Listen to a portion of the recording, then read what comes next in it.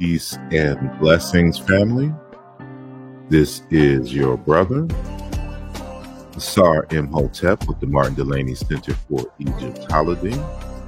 And today is Umoja, aka Sunday, August the 18th, 2024. And we are going to have a riveting discussion, a linguistic discussion about a very important topic within the field of Egyptology and language studies. And we're going to use a conversation from Facebook that I am currently engaged in to set the background for the underlying issues that I want to address regarding ancient Egyptian word formation.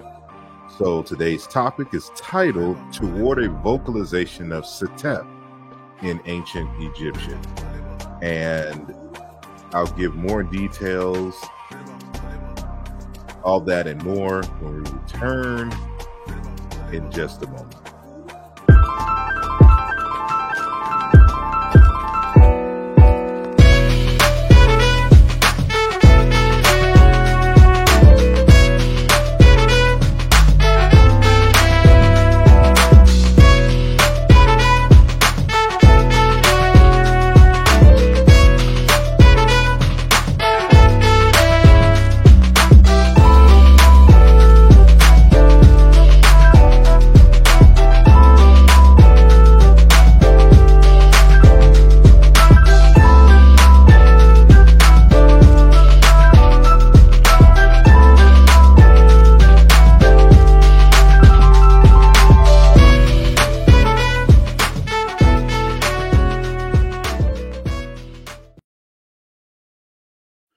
And we are, and I just want to welcome each and every one of you to the Mbongi, the community center where we come to discuss important information regarding scholarship regarding African people. And I just want to say thank you again for joining us, and we appreciate each and every one of you who decided to join this conversation. And just wanted to shout out those of you who have decided to join us in the chat room today. So I know it's a small number of us. It's a little late tonight, but this is the time that I can do it. And so, you know, the whole purpose of this, of course, is to record it so that those can come back when they have the time. So shout out to our good brother Obama, and shout out to N. They just used the letter N, but peace and blessings to you, and thank you for coming. We have our good sister Mika One in the building, and our good Kappa brother Kevin Chill Hurd is in the building. So I want to shout out each and every one of you, and we're going to get started soon. So I don't want to waste too much of your time, but I, want to say and preface it this way first, and that is that, again, this is more so of a lecture type show. So there will be spaces where there's a lot of language on the screen, and so I'm not trying to make this difficult, but this is a more advanced subject, and so I'm trying not to make it too hard. I'm going to try to explain things as simply as possible so that everyone at all different levels can keep up. It's really, in my opinion, very simple to understand, but some things, some concepts may not be familiar with some of the viewers here today. And let me shout out first and foremost our good brother Teti Ursama Rasa Neferu. Thank you for joining the chat today. And peace to our good brother Wujawu. So I'm just kind of waiting a little bit, I'm not stalling, but I'm just letting a few people trickle in. And what I want to say is that this presentation is going to be broken up into two parts. And so the first part will be from the presentation coming from, you know, the normal PowerPoint. And then there's a part of the presentation that is going to come from a PDF document. And so, you know, unlike most of my other presentations where I just kind of do everything on the PowerPoint, because some of this information is just too much to put on the PowerPoint, uh, I decided to make a PDF document and make it available to each and every one of you.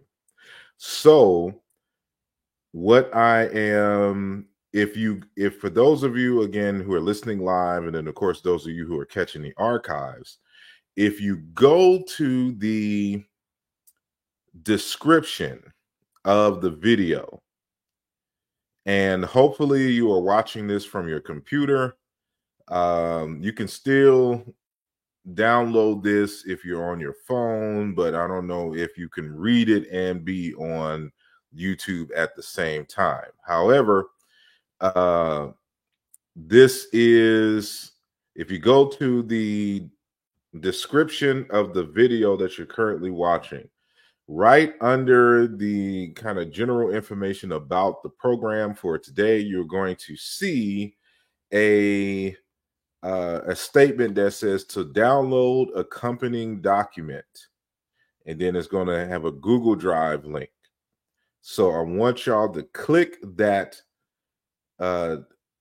link, and then and I gave everyone permission to download the document. So what you're going to do is download that document and have it ready for when I switch from the PowerPoint to that accompanying document, right? So again, just a reminder that this presentation here today is going to be broken up into two parts, and the first part is going to be on the PowerPoint, and the second part is going to be from the document.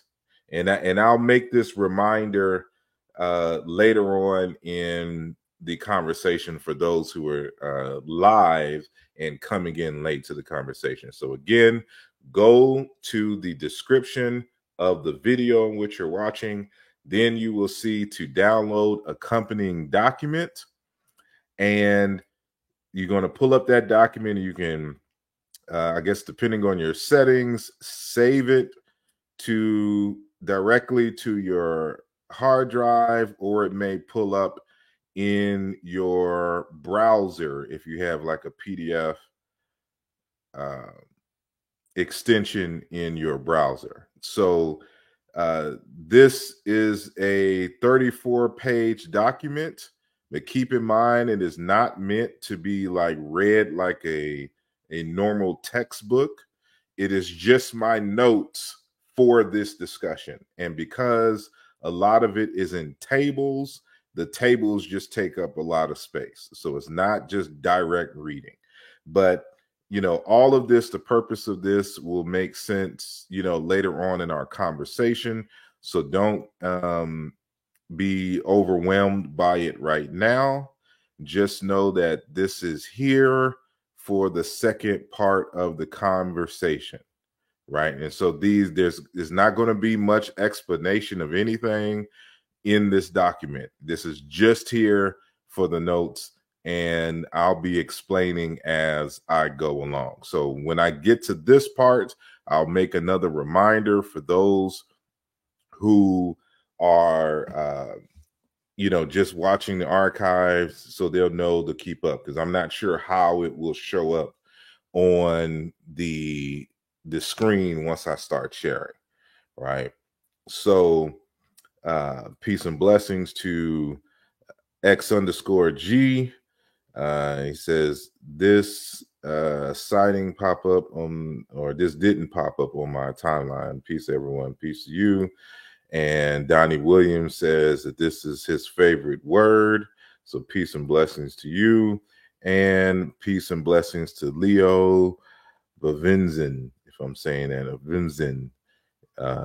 If I'm saying that correctly, I'm probably not, but shout out to you And thank you for joining the conversation. So I hope I was clear. So, for the second part of the conversation, make sure that you download the document. So now what I'm going to do is I am going to share my screen and start the PowerPoint presentation aspect of our conversation first. So let me do that. Let me share the screen. We're going to share the entire screen.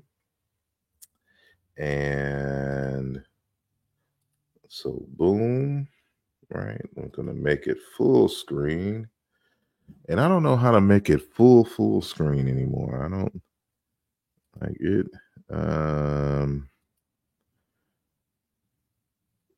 For some reason, it now doesn't do like full screen. So I don't know if that is just my computer or if that is StreamYard unto itself, where it just doesn't take the whole entire screen. So we'll deal with that later. So we'll start from the beginning.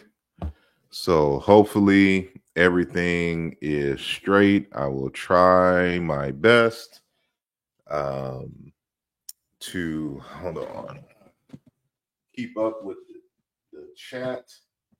If y'all have any questions, hopefully I can answer something in the interim. But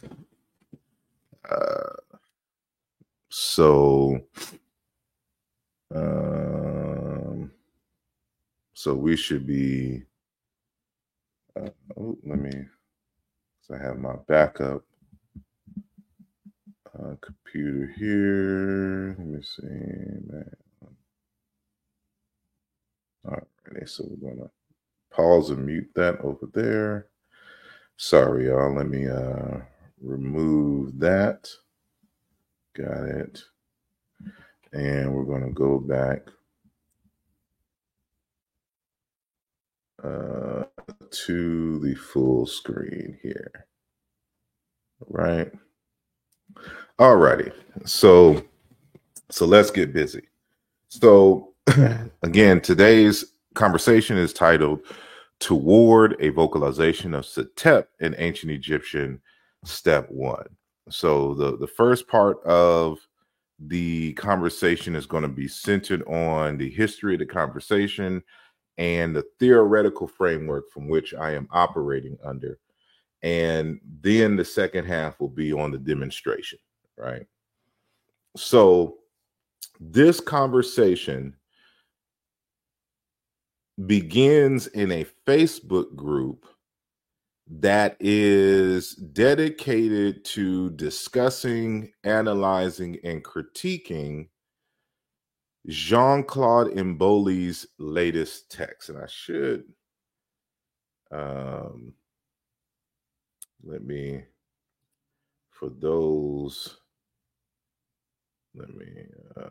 remove that real quick so I can show y'all the book.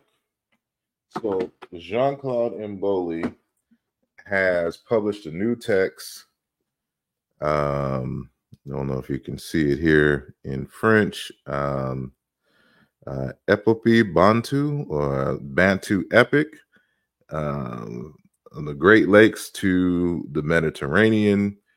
And so, this continues his 2010 work on the African origins, or the origin of African languages. And so this one is heavily centered on, explaining the Bantu nature of a number of languages, including ancient Egyptian, Semitic, and Indo-European. And a major contribution to the academic world is an attempt on vocalizing the three major stages of the ancient Egyptian language. So that's what this book is about. And there's a Facebook group that is dedicated to that book. So keep that in mind as we're having the conversation. So now I'm going to add this back on the stage, and we are going to get back to the slideshow. Let me go there. Right.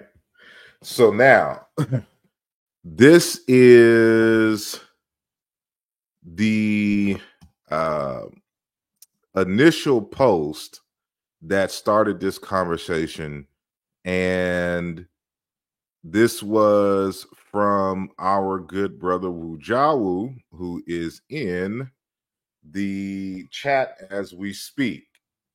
And so what our good brother asked in regards to the vocalization efforts was if we could concentrate on one verb and all of the verbal forms of the same word, and then use that as a basis for attacking other words in the ancient Egyptian language.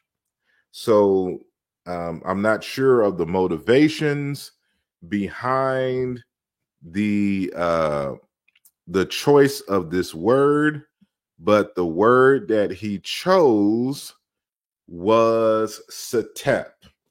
And that's just our colloquial way of pronouncing the word. It consists of 3 consonants, STP, and it is defined as to choose or to select. So it is a very mundane word, but we were moving towards the goal of vocalizing the ancient Egyptian. So Mboli suggests that it should be pronounced based on the methodology that is outlined in the book as Sotepo, right? And so I don't have necessarily an issue with the vocalization, but there are some constructs that I always keep in mind when we're having this conversation, because I'm involved in a number of groups that are actually attempting to vocalize ancient Egyptian. So Mboli is not the first, and there are other groups around the world. There's, matter of fact, there's another African French speaking group out in Paris, or they're based in Paris, that is attempting to vocalize. It's been a part of a number of scholars attempting to vocalize ancient Egyptian. So there's many hypotheses floating around, right? So at the end of the day, is whose methodology seems more plausible, and we kind of go from there, right? So during this discussion, somebody had suggested a cognate for this term in either their native language, and it's mainly French-speaking Africans who are in this group. It's only a few of us English speakers in the group, right?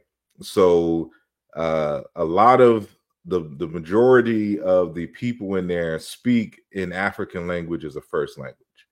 And so they provide good insight into how terms are used in their language. And so somebody suggested a word for setep, meaning to choose in their language. And so within that context, I responded with what I believe to be a cognate in the Chiluba Bantu language. And when I made my post, Mboli himself wanted to challenge my suggestion, because I broke up this word setep into 2 parts, with S being a prefix and tep being the root.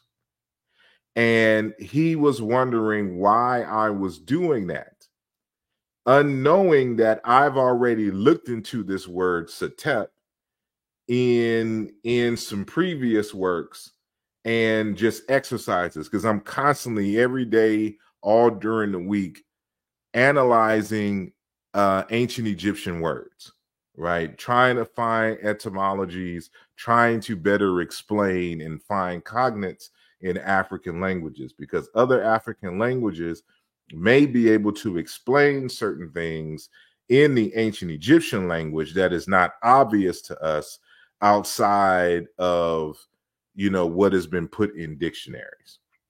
So this conversation stems from that conversation, and I'm going to answer some of those fundamental questions that were raised in that discussion on Facebook. And so I hope that gives y'all enough background to understand where I'm coming from and why we're choosing this particular word. And so you can blame Ujawu for this word, right? And he says, I chose to choose because that's what I chose. Indeed. And peace to Christopher Withers for joining the conversation. Thank you for joining the Mbongi. Right. So you heard it from Brother Bujawu firsthand, why he chose to choose. Right.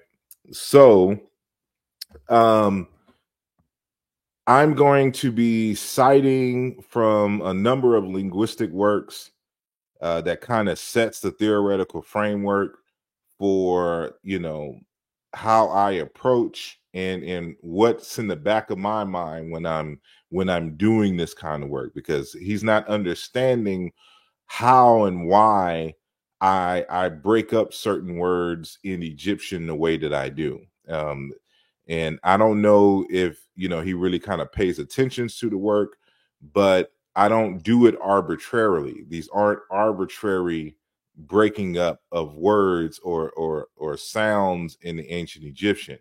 They're based upon an analysis of the language and doing a number of experiments, looking for dialect forms and the like, and roots in the language itself.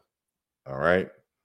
So from this text here, I just want to kind of bring up something. So this is Hans Henrik Hock and Brian D. Joseph. They are two, major Indo-European historical comparative linguists. And some of y'all who are familiar with historical comparative linguistics understands that Hans Henrik Hock is also the author of the text, The Principles of Historical Linguistics. That is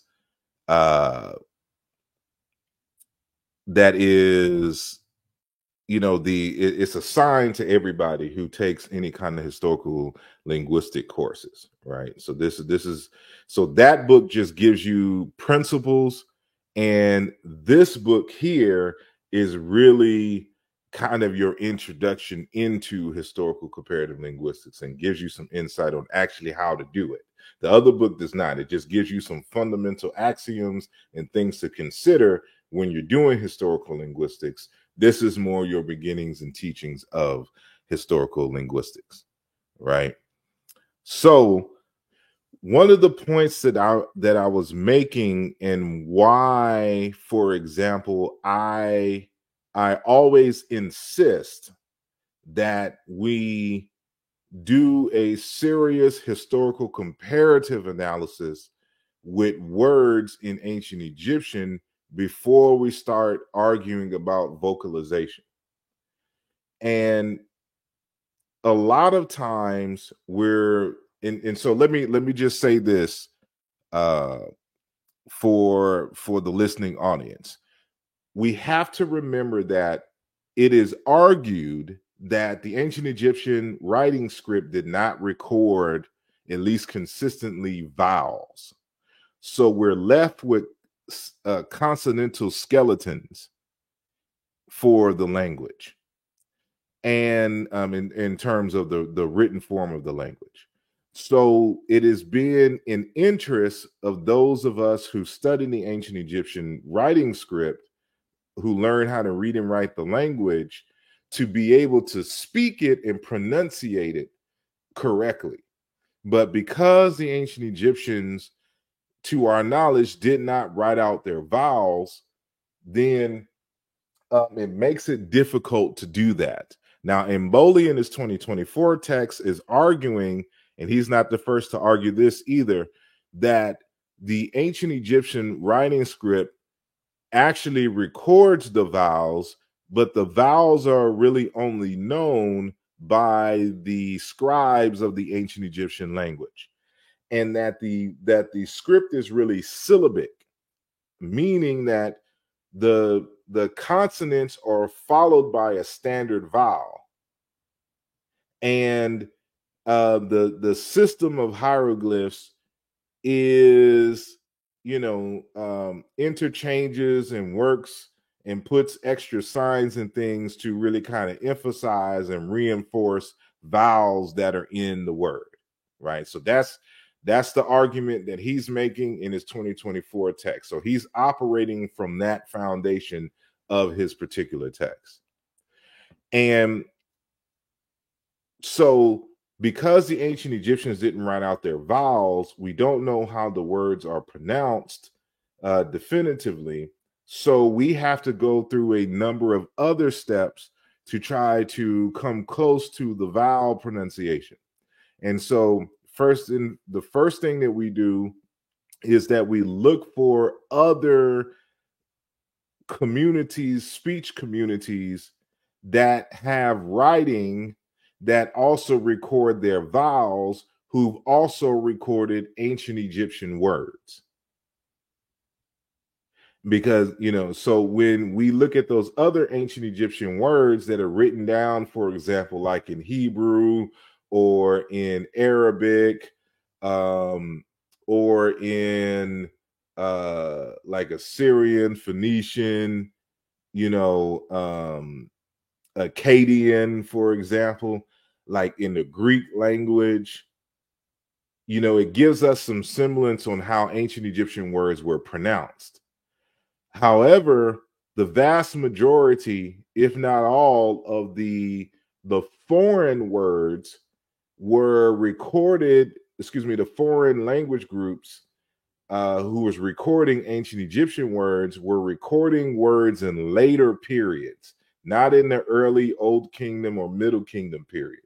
So it's really only the New Kingdom on that we are getting these recordings. So we're still left not really understanding the vocalization coming from the Middle and Old Kingdom. So that's the problem. So one of the things that I'm concerned about, again, so understanding that background, we have to, and we can't ask any ancient Egyptians, because of course the ancient Egyptian language is not spoken, and they did not record, of course, because they didn't have the technology to record the vocals, so we can hear the language. So we have to do a workaround, and that is we have to look at related languages and to see if there's a certain type of pattern that allows for us to vocalize the ancient Egyptian in a particular way. And so now we're coming to why I'm referencing this book here, Language History, Language Change, and Language Relationship, an Introduction to Historical and Comparative Linguistics, the second revised edition, right? Because what I'm arguing is that, of course, we can look at other African languages to get a semblance of what the pronunciations could possibly be. However, the further we go from the distance in terms of relationship to the ancient Egyptian, the less reliable our pronunciations are going to be of the ancient Egyptian language. The ideal is to find languages that are really close, because languages that are really close tend to have the similar pronunciation between languages and dialects. So if we can find, a language or a set of languages that are really, that we know is really, really close, then those should be the first stop and be the standard for possibly enunciating and pronunciating ancient Egyptian words. And so this just gives you an example here. So they're doing a vocabulary correspondence test in amongst Indo-European languages. So you can see from this table here, the meanings are at the top, the very top row here. 1, 2, 3, the word for head, ear, mouth, and nose. These are basic vocabulary words, right? And you can see some similarities between the pronunciation and representation of these.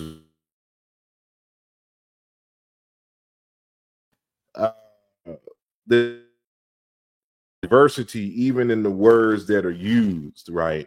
And so some of these we can clearly see are related, but we would have to, recognize and explain certain sound laws and sound changes to show that, these are in fact the same word, it's just pronounced differently, right? But let's look at these words that I have highlighted right here. So this is further down into the table that I just screenshotted. So these Bulgarian words, Serbio-Croatian, Czech, Polish, Russian, right? So if you look at, for example, this word for one, so we have this word, in Greek, enos, but we have in Bulgarian, jedan.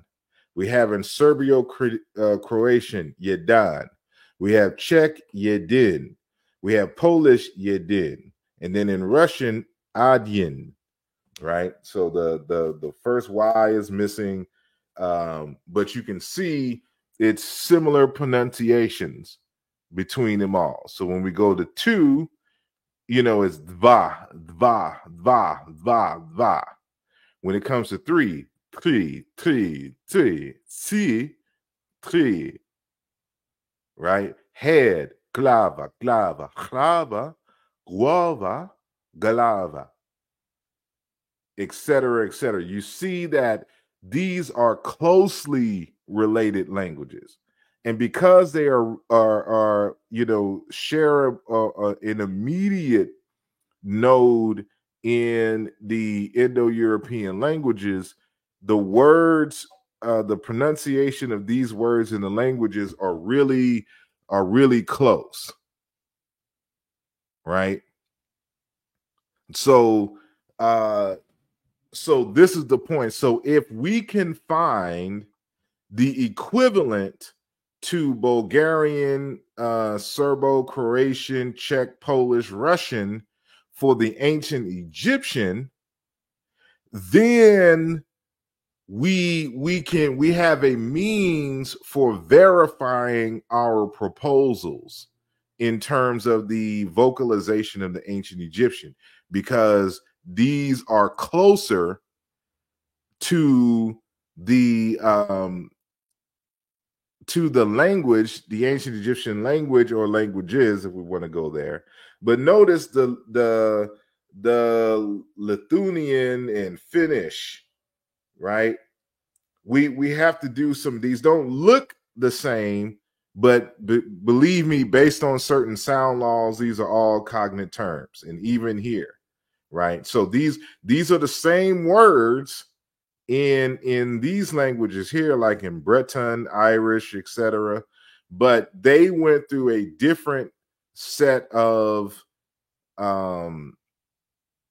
sound changes in the Germanic languages, for example, than here. So we'll be, this particular branch here, they're grouped together for a reason versus, some of these, but they're all Indo-European languages.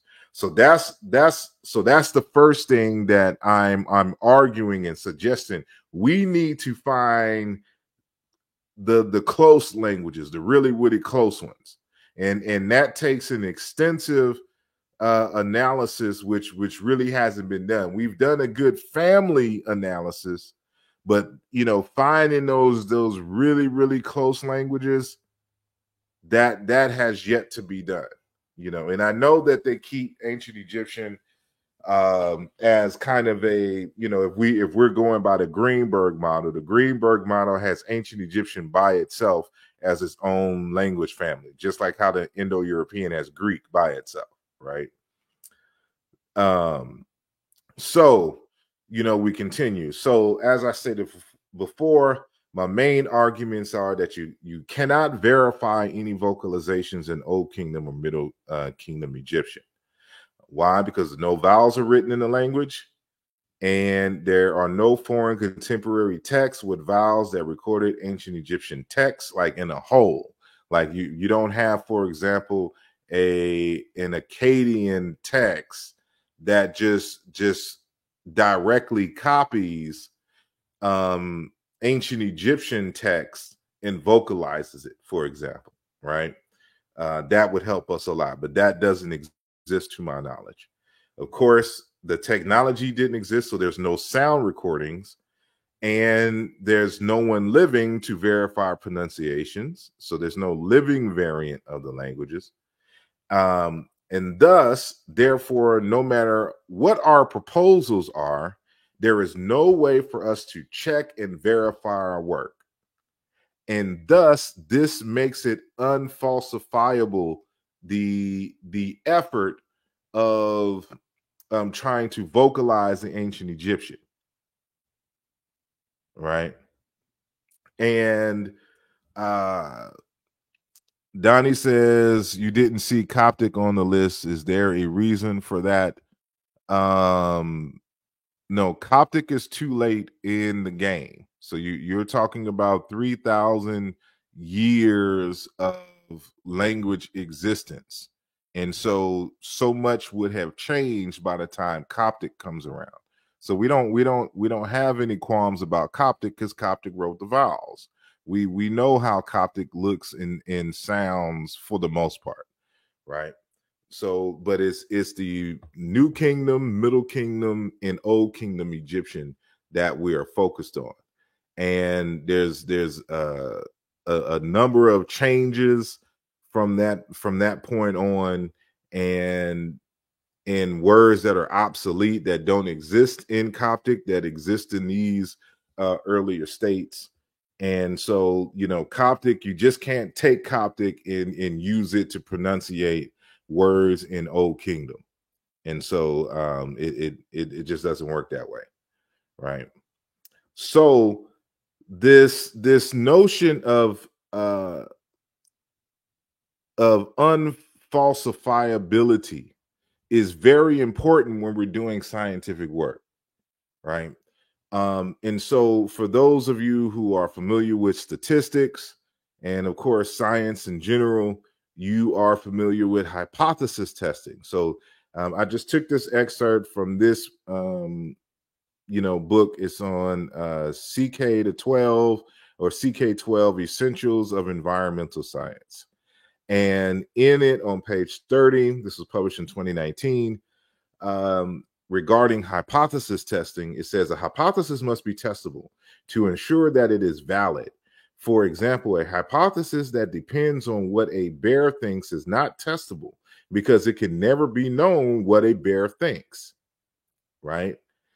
It should also be falsifiable, meaning that it can be disproven by experimental results. An example of an unfalsifiable hypothesis is Botticelli's Birth of Venus is beautiful, which I'm assuming that is a composer or a musician, right? There is no experiment that might show this statement to be false. To test a hypothesis, a researcher will conduct one or more experiments designed to eliminate one or more of the hypotheses. This is important. A hypothesis can be disproven or eliminated, but it can never be proven. Science does not deal in proofs like mathematics. I keep saying this in all my shows, that you can't prove anything in science. You can only falsify, right? But proof is of the domain of mathematics and logic. If an experiment fails to disprove a hypothesis, then we find support for that explanation. But this is not to say that down the road a better explanation will not be found or a more carefully designed experiment will be found to falsify the hypothesis, right? So the point of me bringing this up, if we can't hear the ancient Egyptian language, if there are no vowels written in the script, and we don't have uh, a large amount of foreign support in terms of text writing out ancient Egyptian whole words and paragraphs and having a vocabulary list and whatnot, any proposal that you make concerning the pronunciation of ancient Egyptian language cannot be verified. It cannot be falsified. There's no way for me to tell you that you're wrong. That it's impossible for this to be the pronunciation,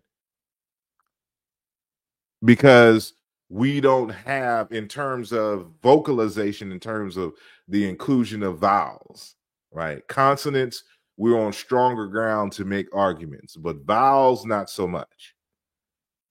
So because I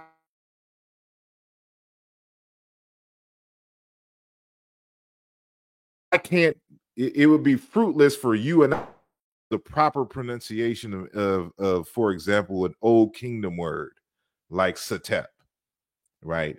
The only way that we can get close to that again is if we was to find a really, really close set of languages that we would be on stronger grounds. So now this is why you have to understand what science is, because you can't prove anything in science. You can only falsify hypotheses.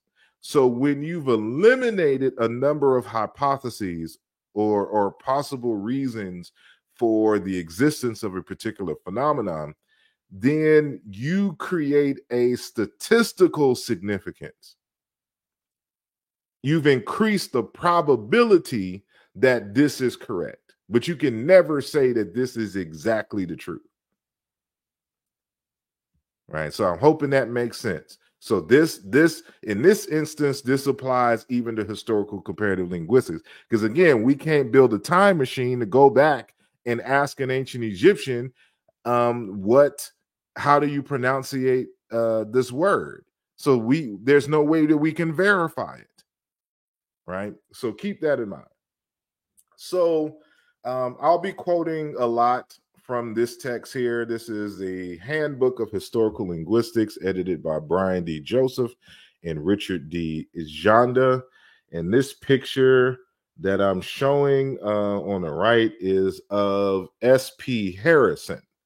And he wrote in a chapter or an article in the text titled on the limits of the comparative method. So we talk about the comparative method, and we often discuss its major strengths, but there are some limitations to the comparative method. And so that's what his chapter discusses, right? So what he states in this particular paragraph is that the comparative method does at least part of the job of the hypothetical theory of change, but in the reverse order. The primary role of the comparative method is in developing and testing hypotheses regarding genetic relatedness. Its secondary and subsequent role, in what might be termed realist comparative linguistics, is in recovering antecedent language states or prior language states through reconstruction. The comparative method is simply the principle, indeed the only means available to historical linguists for identifying cognates convincingly. So this is letting you know that we do the comparative method to test hypotheses, right? And there's a second text and chapter in another text simply titled "The Comparative Method" by Michael Weiss. And he reaffirms this notion on what the role of the historical comparative method is for. So he states the first step in applying the comparative method is formulating a hypothesis that the given languages to be compared are in fact descended from a common source.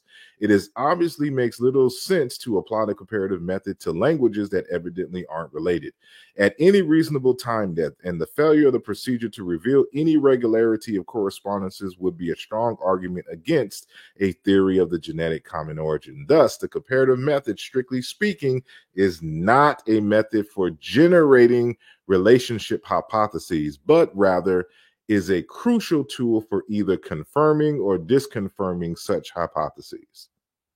Right? So again, the historical comparative method is used to essentially conduct a falsifiability test, right? And secondly, it is the only way that we can identify cognates in a language. So if we're going to suggest a pronunciation for Satep, we have to make sure that it's in fact a cognate of Satep and not simply a word that looks like Satep and has a similar meaning. And so this is something that I brought to the conversation. People were bringing suggestions for pronunciation of Satep based on a word in their language, but they never provided the regular sound meaning correspondences necessary to make that argument that their word that they're suggesting is even cognate with the word Satep. Because the only way that you can verify that a word is cognate or not convincingly is through the historical comparative method. So this is basic what you learn when you first start learning historical comparative linguistics, right? So this isn't a SAR just making up stuff as I'm going.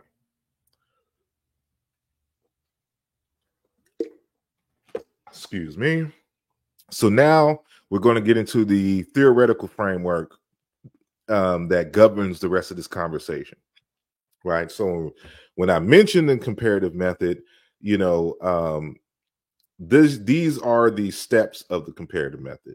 The first step is to assemble cognates, or we should say putative cognates, establish sound correspondences, reconstruct the proto sound, determine the status of similar, partially overlapping correspondence sets, check the plausibility of the reconstructed sound from the perspective of the overall phonological inventory of the proto language, check the plausibility of the reconstructed sound from the perspective of linguistic universals and typological expectations, and then reconstruct individual morphemes.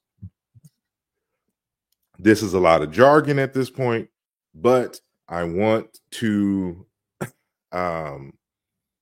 put this out there just for the record so that y'all understand what we mean by the comparative method and how involved it is, right? And so going back to S.P. Harrison, when he talks about the limitations of the comparative method, yeah, he discusses it in four contexts and within the whole entire argument. Excuse me, the whole entire article. But he sums it up on page 213 as this. So, in terms of the limits of the comparative method, it has relative temporal limitations. He says the more changes related languages have undergone in general, which is a function of time, the less likely the method is to be able to determine relatedness. So the further and further back we go, because so much time has evolved and words change pronunciation and words are replaced, there's a number of borrowings. There are segments of words that disappear. There are segments that are words that are added. There are segments of words that are where certain morphemes or words are attached to it, but have now been fossilized, that after a while, the historical comparative method just doesn't work, right? And it's equivalent to, for those of you who are familiar with science in terms of astrophysics. So we know that the Newtonian, or Sir Isaac Newton's, equations for large bodies work perfectly well in the macro universe. But as soon as you start getting to the size of particles below what they call the Planck scale, then those Newtonian and later Einsteinian, because he's dealing with gravity, these equations collapse. They're no longer able to be used to explain the quantum world, which is why a whole new set of physics had to be created to deal with quantum phenomena. So we call that quantum mechanics. And you have, mathematical paradigms like string theory, for example, to try to explain certain phenomena at these levels, right? Chromodynamics and the like. So it's the same here with historical comparative linguistics. So the comparative method would be equivalent, metaphorically speaking, to Newtonian and Einstein's equations for discussing, moving bodies, at the macro scale. But once we start getting into quantum mechanics, the equivalent here is the like if we're dealing with just human languages in general. So remember that human beings have had the ability to speak for at least 300,000 years. And I'm going to have to do a separate show on the evolution and biology on dealing with the ability to speak and create language. Like there's a whole body of linguistics that deals with that, in text that deals with that, which I have and have read, and it makes for a good it makes for a good discussion, right? So when it comes to the language set here, so you can't expect to use the historical comparative method to reconstruct language going back, say, 100,000 years or 200,000 years, right? Especially if we know about human history in general, because there was a point in recent human history where the population was dwindled down to a couple thousand Homo sapiens sapiens. So we've already lost.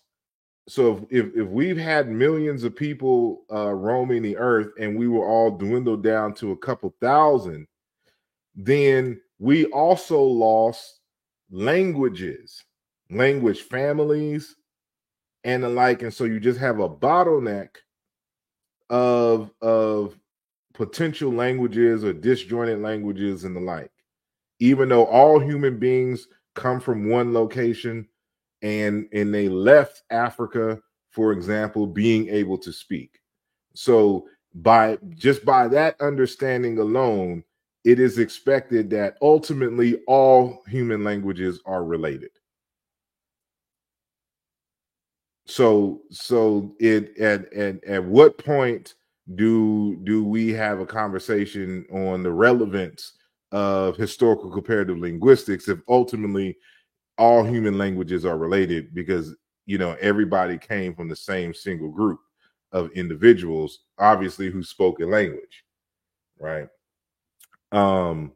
So this becomes important on trying to understand why Joseph Greenberg and his school exist in the first place.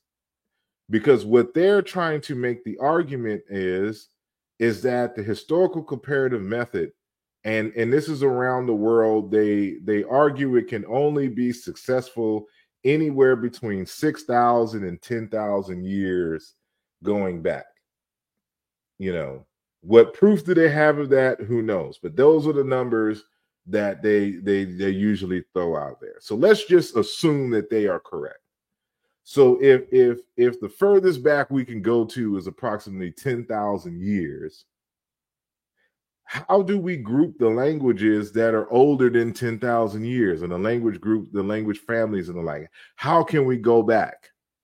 So the mass comparative method that was, I don't even know if Joseph Greenberg first established it. I don't think he established it. I think he just adopted it and applied it to African languages. It was somebody else who created the mass comparison method. But Joseph Greenberg is the one who really utilized, mass comparison when it comes to the African languages.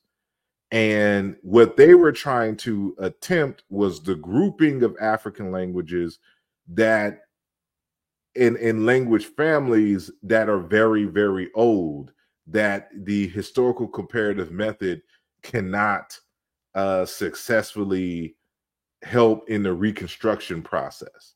That's the argument there. So I'm going to continue. Secondly, it has socio-historical limitations. Certain historical situations can have linguistic consequences that vitiate the comparative method.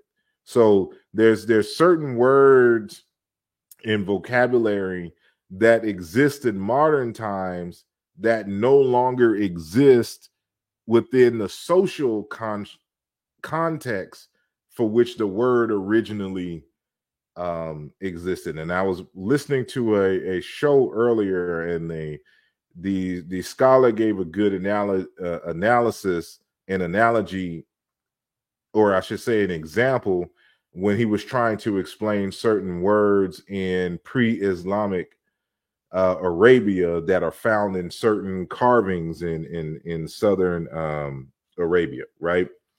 And he was talking about, for example, how we use the word princess in English.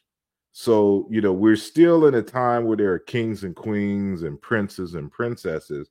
So it's still in our memory as such.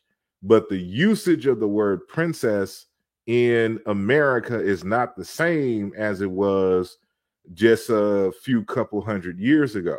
Because now when I say a princess, like if I'm talking to my daughter, right, or just a regular, young lady, on the street, right, I'm now transferring that meaning in that word and giving it a meaning of, a young beautiful girl, right?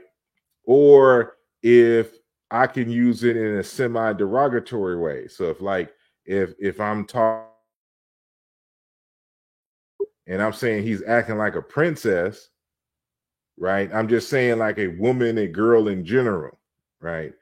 Or if I'm saying, if I'm calling, another woman a princess, or she believes that she's a princess, she's not using it in the context of that she is holding a political title of princess, right?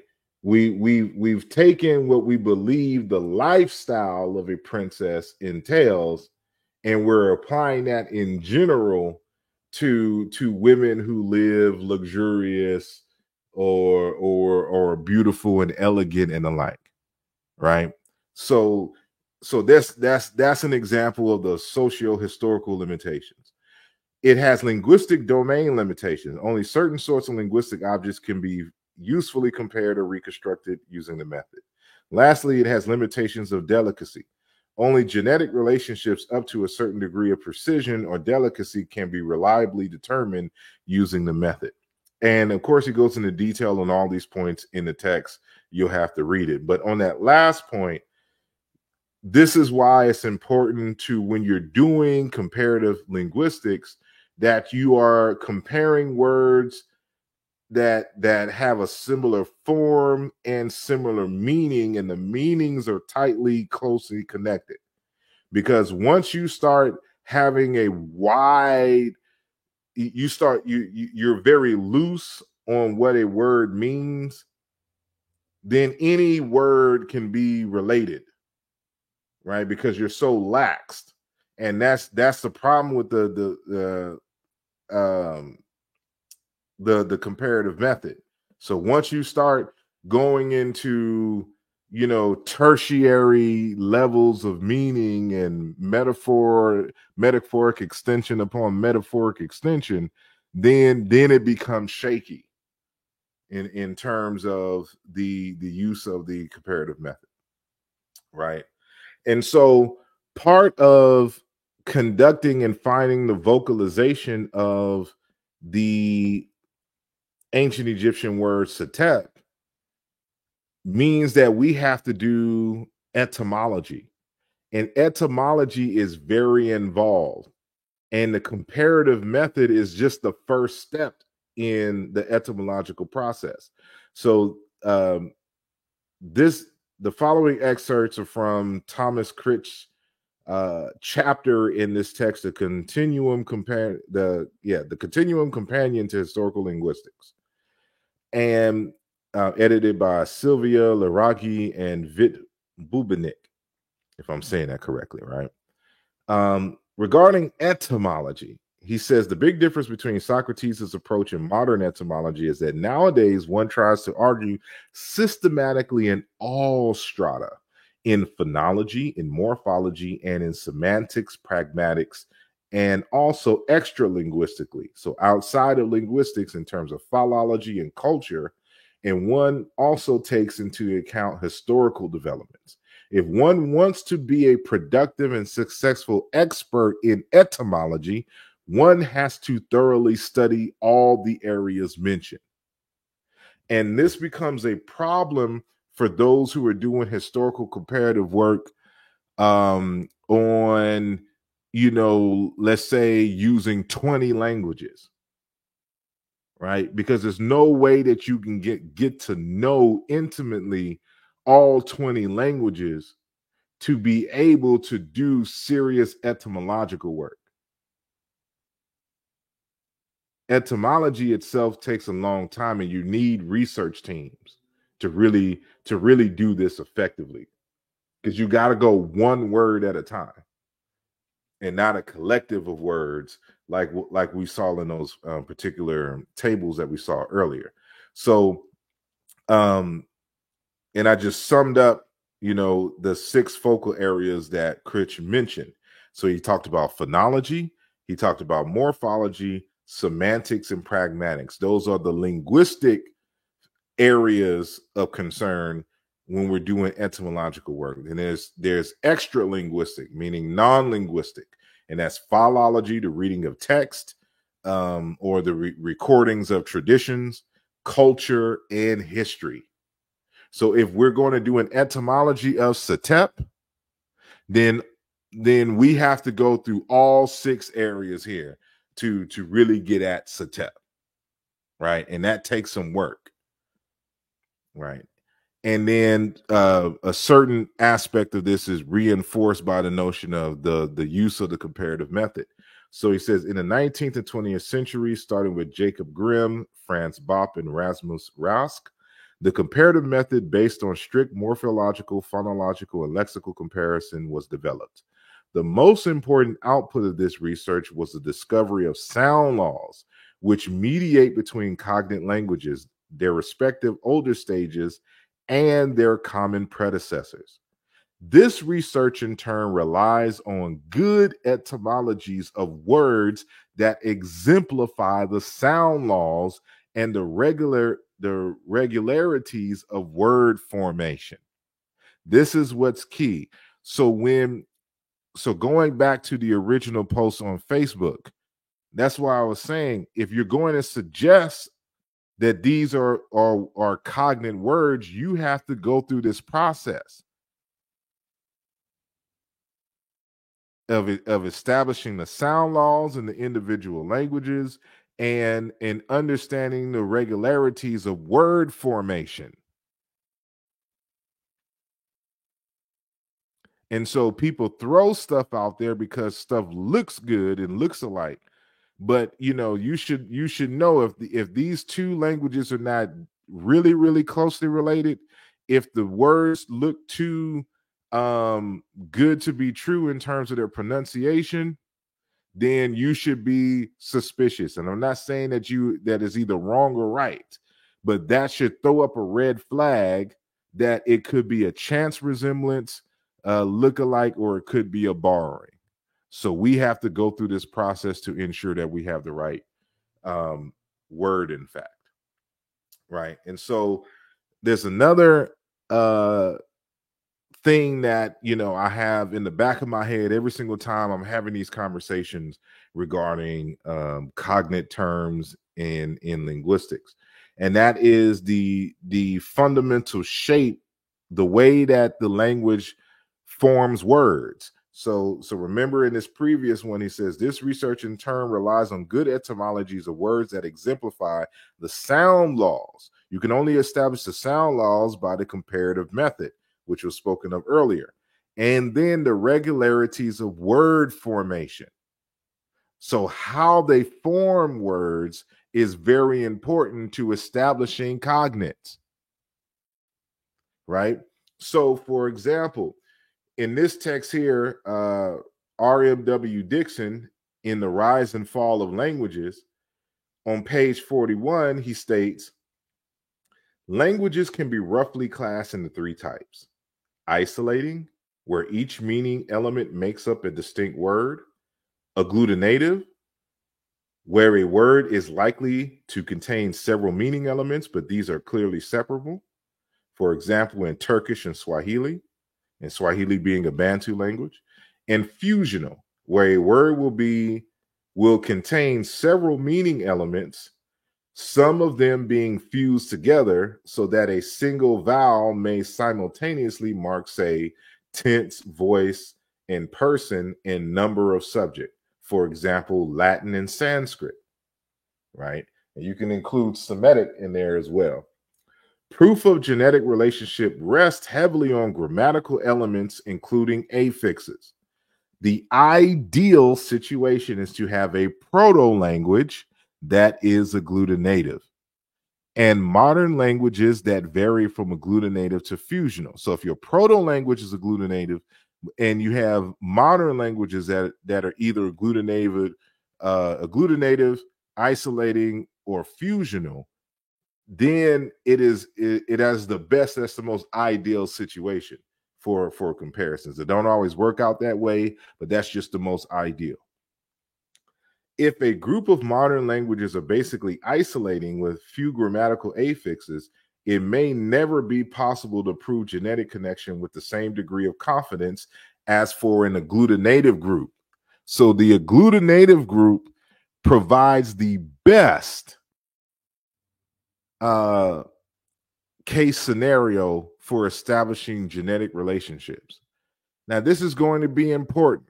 So there's a reason why I have the word agglutinative highlighted, and why I mentioned Swahili, because Swahili is a Bantu language, which is an agglutinative language. And so we learn from Dr. Carsten Pust, who wrote the text Egyptian Phonology, an introduction to the phonology of a dead language, which is another person who has been trying to work on vocalizing ancient Egyptian as well. So now what he says here is very important in regards to the ancient Egyptian language. So he says, I have only discussed here the different representations of small linguistic elements, for example, phonemes and graphemes, in spoken and written Egyptian respectively. Kamerzel makes it clear that spoken Egyptian and written Egyptian can actually be considered two distinct linguistic systems since they show marked differences on all levels of linguistic description, including morphology, syntax, and pragmatics. Now, what he means by spoken Egyptian, he's assuming that when they spoke in Coptic. But when they wrote in like Middle Egyptian, New Kingdom Egyptian. So what he's saying is that the script is different than how they actually spoke, which makes absolutely no sense whatsoever. They're gonna write how they speak, but this is him trying to rationalize because they believe that Coptic is the last stage of the ancient Egyptian language evolution. So in their mind, there was a continuous evolution from Old Kingdom to Coptic. And so he's trying to explain why the Old Kingdom, Middle Kingdom, word formation, sentence formation, all that is different than in Coptic.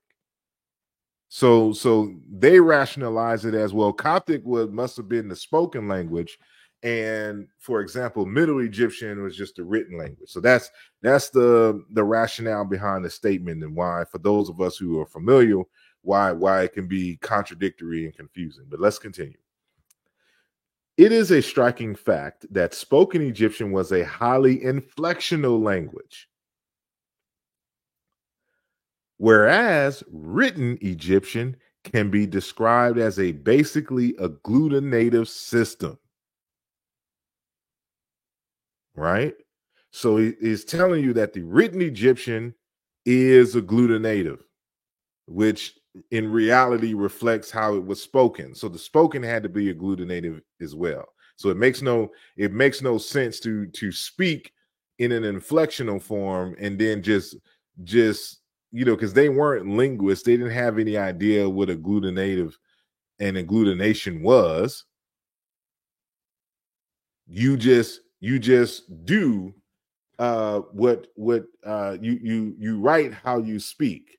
You divide words in a way that when you speak, how you divide words, right?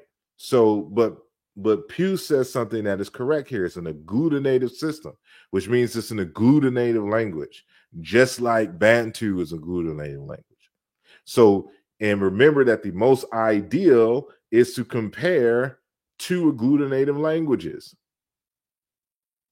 So that's why this is one of the reasons why we compare ancient Egyptian to Bantu, because of the word typology, and because we have found much success in terms of discovering cognates and grammatical morphemes by comparing ancient Egyptian with Bantu languages, right? So now, for those who don't know what a inflectional language, I know, but when you say inflectional, it's the same as fusional. So when RMW Dixon says and fusional, in terms of isolating, agglutinative, and fusional. So when you say fusional language or inflected language, that's one and the same. So RMW Dixon is using fusional, whereas Pust is using inflectional, right? But these are two different systems altogether in terms of agglutination, agglutinative, and an inflected or fusional language. Two different styles of language. And so a fusional or inflected language is a type of synthetic language distinguished from agglutinative languages by their tendency to use a single inflectional morpheme to denote multiple grammatical, syntactic, or semantic features, right? And this is kind of a graphical, I took this from a video that discusses this subject, a graphical representation of, an agglutinative versus a fusional versus an isolating, which is in a different slide. But you can see an agglutinative is these different parts of the word. So let's just say B is the root. Then A would be a prefix to the root, and C would be a suffix to the root. And they glue together to make a phrase. Whereas fusional is just one long continuum, and the vowels may change to denote some grammatical feature, right? And so it's all kind of just stringed together. You can't isolate the individual parts necessarily. And so if you look at Semitic languages and Latin, as they said, these are good representations of this type, right? So now let's get into the deeper aspects. So remember, from the beginning of the conversation, we are looking at the word setep. And Mboli was confused as to why I was breaking up setep into S and then tep, arguing that S is a prefix and tep is the root. And he made an argument that Indo-Europeanists and other linguists don't do that. And that's not true at all. And so I'm giving here an example of linguists doing this with Malayo-Polynesian languages, right? And so this is in the same text that is taught by an Indo-Europeanist who's written many major texts regarding the research methodology and the methods for doing historical comparative linguistics. This is who everyone goes to.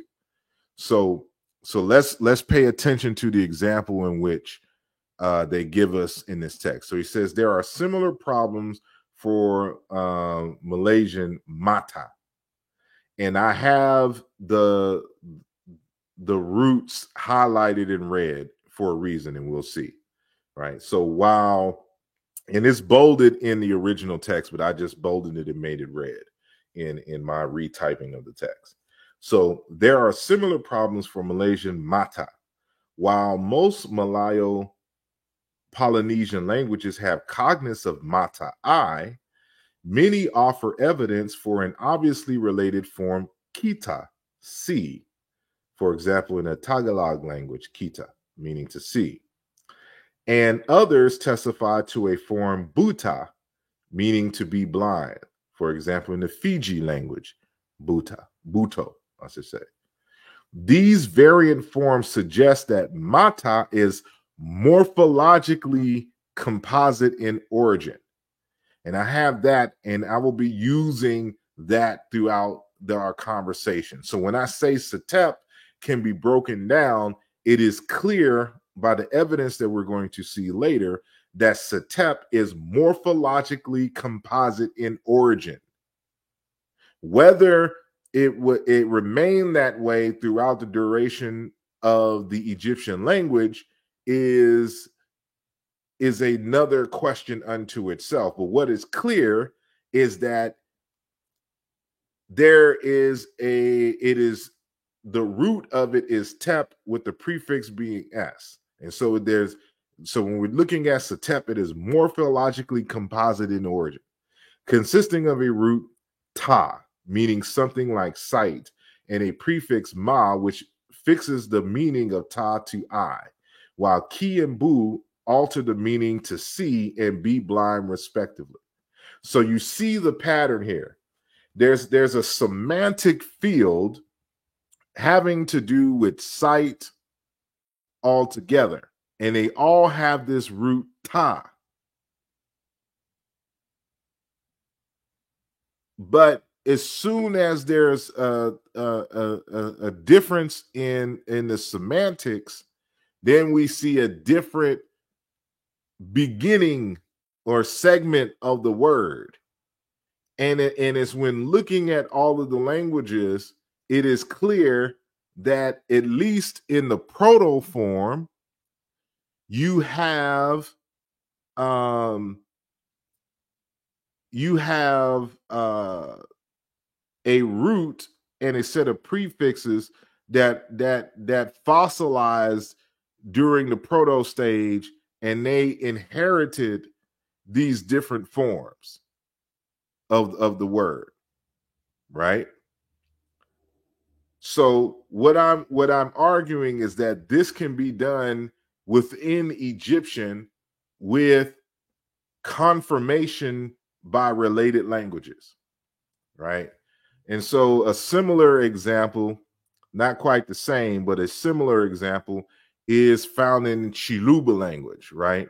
So you have this word Jisu, meaning eye or orifice, and the plural is Mesu. So you can see that if we're talking about eyes in the plural, the beginning of the root changes, but the su stays the same. But notice these other words: quisu, on the face, muisu, in the face. So we can surmise that there's a ku, meaning on, and that su actually means face. And so we know that this G is a prefix of body parts. And that's why the root su comes to mean eye or orifice, while quisu means on the face, muisu, in the face, quisu a or aquisu, apparent, right? So you have this reconstructed form in Proto-Bantu, jicho, meaning eye, but that same word for eye in zones J and L, which is in Central East Africa, it also means face, right? And so note Proto-Bantu chu, meaning face and forehead. And so, ch to s is a common sound change. And so what this entails us is that really the root of the word means face. And these different prefixes give a different nuance to the root, or applies to a different place. So the same thing happens in Sumerian in this word igi, in ibi, because the G and B interchanges in Sumerian, I, and then first, earlier, front, and face. And we can kind of see the same thing happening again in Egyptian with the word her, face, sight, and then her T, he has a T suffix for body parts, and then is doubled. So this is it indicates that it's two. So it's the eyes of Horus, right? And so it's understanding, this is the beauty of the agglutinative languages. And so what I'm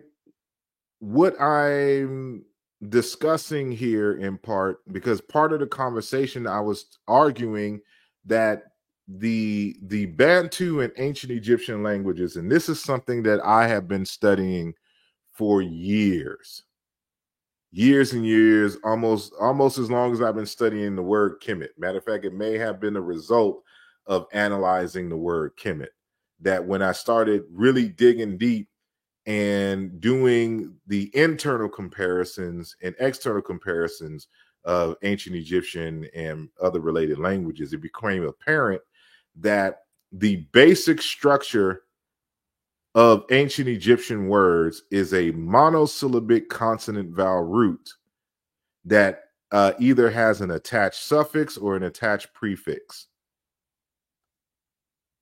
Now, Jean-Claude Mboli argues that the words are actually like Semitic, that it is triconsonantal roots that in the Negro Egyptian language family was reduced to biconsonantal roots. That, so the triconsonantal or triradical words, are built from a template kikuki, as one word. But the bi-radical roots were either kikwe or que, which is a syllabic inverse. And while I believe that for some words can be explained that way, most words cannot. And the original form of the words, Egyptian gives evidence for this. So let's look at, and remember, I'm a computer scientist, so I am trained to look at the details and patterns in the code, right? And language is a code. So I read code all day, right? And so let's look at each of these words row by row. So we have here, let's look at this first row that is darkened. So we have this word jet, meaning body and self. It is the j that is highlighted in red, which I argue is the root. And there's a T suffix to that monosyllabic root, this consonant vowel root. And below it is a different variant of the word, and it means surf. So I could have put that all on one line, but I just wanted to keep them kind of separate. So one is body and self, and then the other one is surf, which is more so of a title in terms of a social hierarchy, right? So it kind of has a different connotation. So it is a derived term from this basic root. So now let's look at the word njet. So it's the same root here, j, with the T suffix, but now it has a prefix, in. Now let's look below that. Sajin, servant. So this would be a variant of jit, surf, because the surf is a class of servants. But you can see T is a suffix and not a part of a root. It's not a biconsonantal root. It is a monoconsonantal root with a monoconsonantal suffix. And that suffix is replaced by a different suffix in this variant of the word, m. And then is added a different prefix, s. So it's going to be hard to argue, by some weird sound change that T becomes M or that N becomes S. And so now we go back to that top row, and then we have Winduit. So there's a W prefix, and there's another W infix that comes before T, and this is the feminine plural, wit, right? And we're going to notice a pattern here. So wherever this W is, another W comes into is also prefixed that may be a collective as well. So this may be plural and this may be collective. They just kind of emphasize it, right? So this is the word, because remember that the jet means body and self. In other words, a person. And so Winduit means people. It's the plural, but look at all the forms.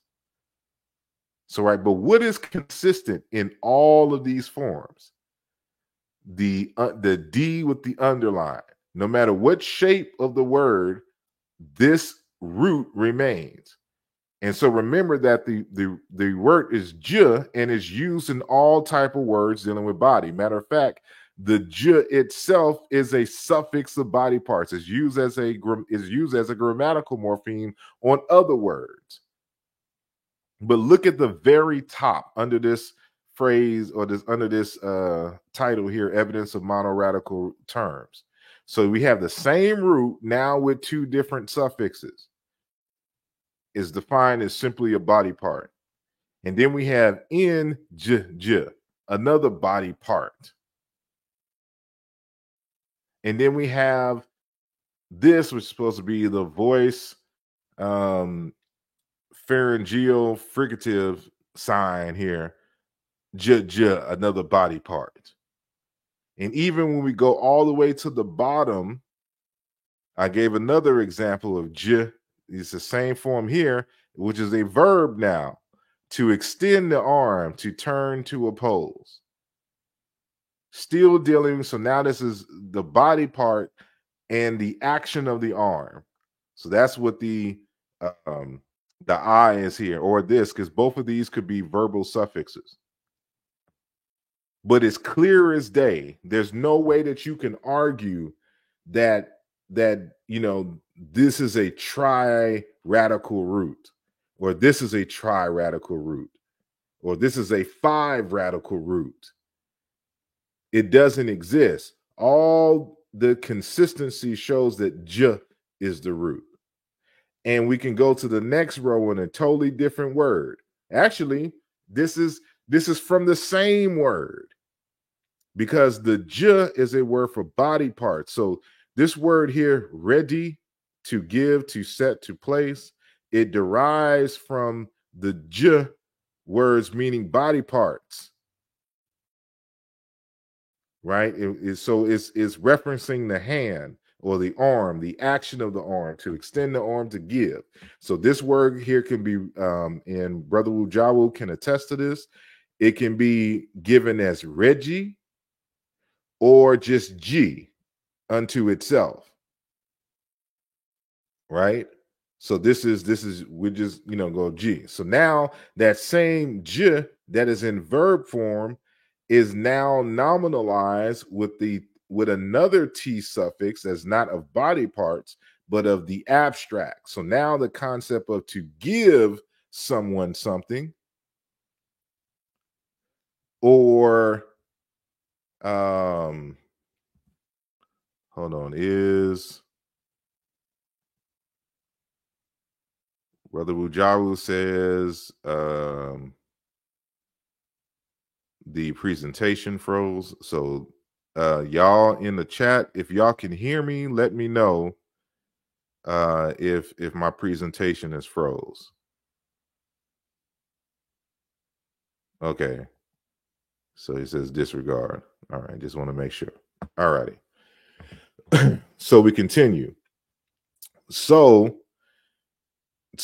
this T here is an abstract suffix or form on this monoradical root, which means a gift. That which is given as a gift to somebody, right? So now we look at this other form.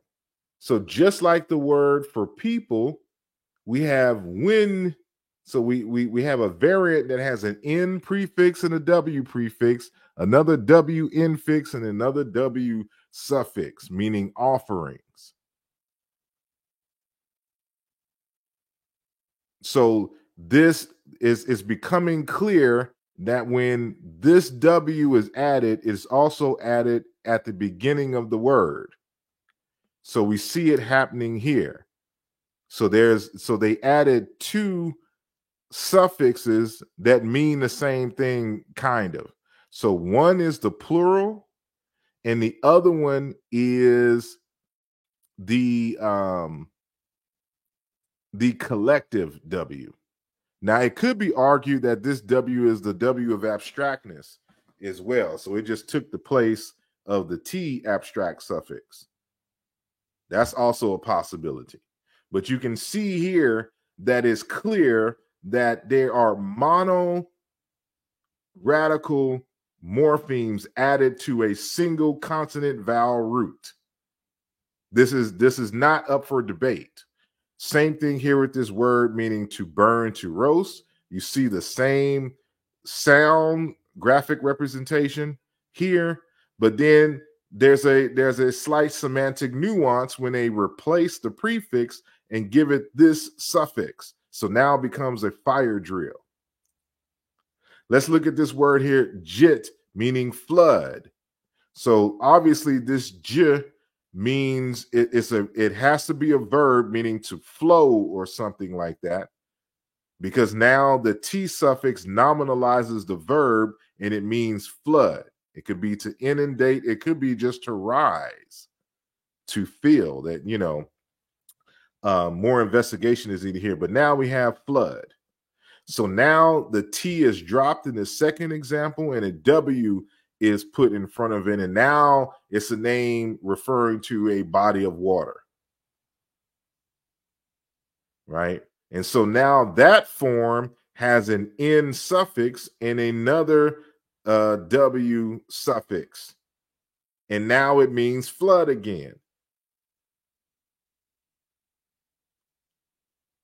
And then you have this variant, still has two W's, but now the N is replaced by this sound here, and now it means canal. Y'all seeing how I'm working this? So let's look at this word for cattle with Jude, cattle. This one, it has an N prefix right after the W, meaning goats. And now that same word has a T suffix, meaning cattle or herd.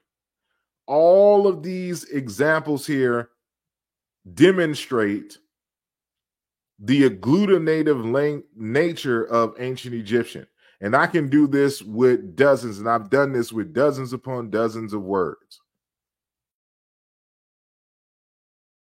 The argument that the Egyptian words come from a Kikuki root structure is false, because we can do this all day.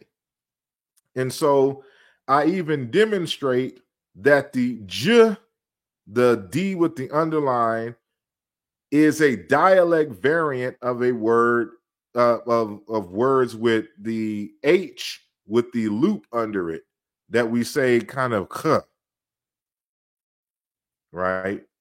And I won't keep it because I know it's going to be hard to kind of see this for y'all, but this is also included in the document that I told y'all to download, right? And so for those of you who are late, who are just joining the conversation, the first part of this discussion is being done here on PowerPoint, but the second part is going to be done from a PDF document.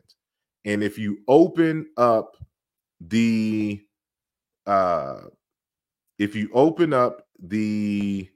description in the video on YouTube, you will see a link next to the phrase to download accompanying document. So it's going to take you to a Google Drive, and then you're able to download it. So this table here is in that document if you're unable to see it well. And let me see. Hold on. Let me know. Okay, I think I'm back. Alrighty. So hold on one sec. I see a question.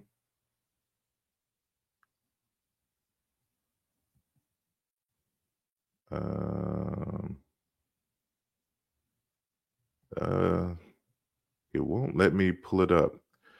I'm not sure. Am I going in and out? Matter of fact, if you can hear me still, type in 1 in the chat. And I know it's going to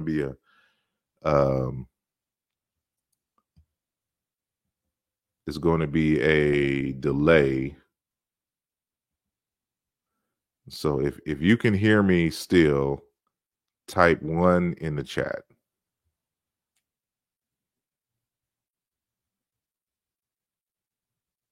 Okay, so there we go. So I don't know why it wasn't coming up at first. All right. So Wujawu asked me, is the agglutinative nature of the language with affixes a diachronic reality and fossilized by the time we get to Middle Egyptian, which leans to an inflectional nature? That's the That's the question. So that's why I don't. It's clear that in many of these cases, this is that some of this stuff is fossilized. So that's why I highlighted and I said that I will be using the phrase morphologically composite in origin, right? So whether they have fossilized by the time Middle Egyptian and New Kingdom comes is irrelevant for what we're trying to do. Because remember this issue. There's no way for us to know how to pronunciate the ancient Egyptian words. We're going to have to go to related languages to give us some insight. So by understanding that ancient Egyptian words are built using an agglutinative root structure, and that the words are morphologically composite in origin, it helps us to identify true cognates in related languages, especially agglutinative languages like Bantu. Right? So if by the time, for example, Middle Egyptian lost its agglutinative nature, which it really doesn't, it just adopts a new one. Then this may be a testimony for them adopting another language, like the native speakers adopting another language. So that's a whole different conversation and a whole set of proofs we have to go through in order to establish that. But my point here in this slide is to demonstrate, for example, like that word Djet is a dialect variant of the very word Ankh itself. And just like Winju goats, Winjuit cattle herd is the same as Ankh goat herd in general. This is how we have to understand these words here and how they're built. So this helps us in understanding and explaining the Egyptian words and verifying them in Bantu. So, for example, we have this word jet, body, self, surf. And then we have Jutu, body. This Ju is an old prefix, just like the G in Jicho or Jiko or Jicho, meaning I. Right? The root is tu, just like the J here. So in Proto-Bantu, the T suffix of body parts was the J with various different vowels, depending on if there's vowel harmony and the like going on here. And so we have the same root in the word for head. And we see that compared to Egyptian, this word ja, meaning head, tip, the nasalized uvular trill equivalent is lost.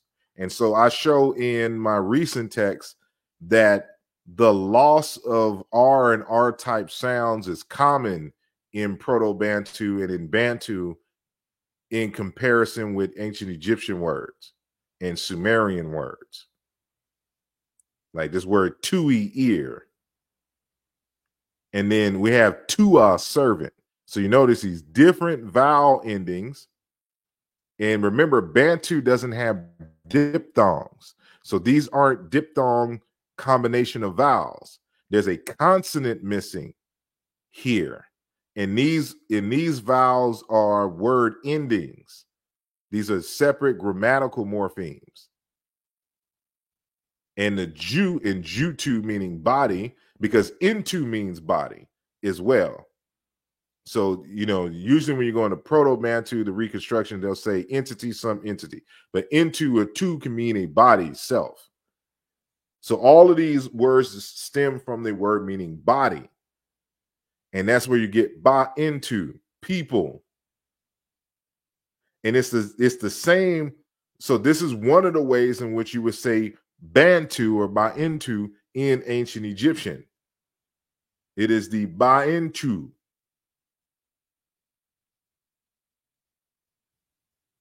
Or Abantu, like in isiZulu. And that Bantu is a dialect variant of the word Anku, meaning people, Hananku, meaning people. This is another way to say Bantu, which is why you have to establish the regular internal correspondences between the H and the J in ancient Egyptian. And so it's clearer for y'all when y'all show the document. These are the things that you have to understand. And so the Bantu confirms the monosyllabic nature in building of the word forms here.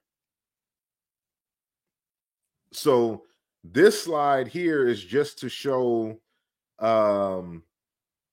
these different dialect variants that we find in Egyptian and how you can establish that. So the sh also corresponds to the dotted H in this dialect of Egyptian. So when I do these types of experiments all the time. So this is how I'm able to know the buildings of the words, the construction and building processes of the words. So I see another question or statement coming from Ujaru. So let me see. So in recognizing words that are morphologically composite in origin, does this help with better verifying actual cognates with tighter sound meaning correspondences? Yes. So remember what I said. So I don't, I believe you were back here at the beginning. So let's go all the way back to this. So remember, we're trying to identify languages. Let me get that off the screen. We're trying to identify languages that are closer to the forms at the stage from when they were building the words in ancient Egyptian. So like these forms right here, you can see for these related languages, they are very close. So you notice that the vowels are the same or very similar in each one of these words. Once I start getting into more distant related languages, then the shapes and the vowels of the words go under certain changes, which may not reflect what was going on in ancient Egyptian. So the first step is finding those words in the pronunciation. But keep in mind, Brother Wujawu, that I don't care about pronunciation at this point. Pronunciation is the last thing on my mind because of the details that we were talking about before in terms of you can't verify the pronunciations. But what we can do is confirm cognates in related languages. So in order for us to understand Setep, so remember that this part of the conversation stems from Mboli wondering why I break up Setep into S and Tep.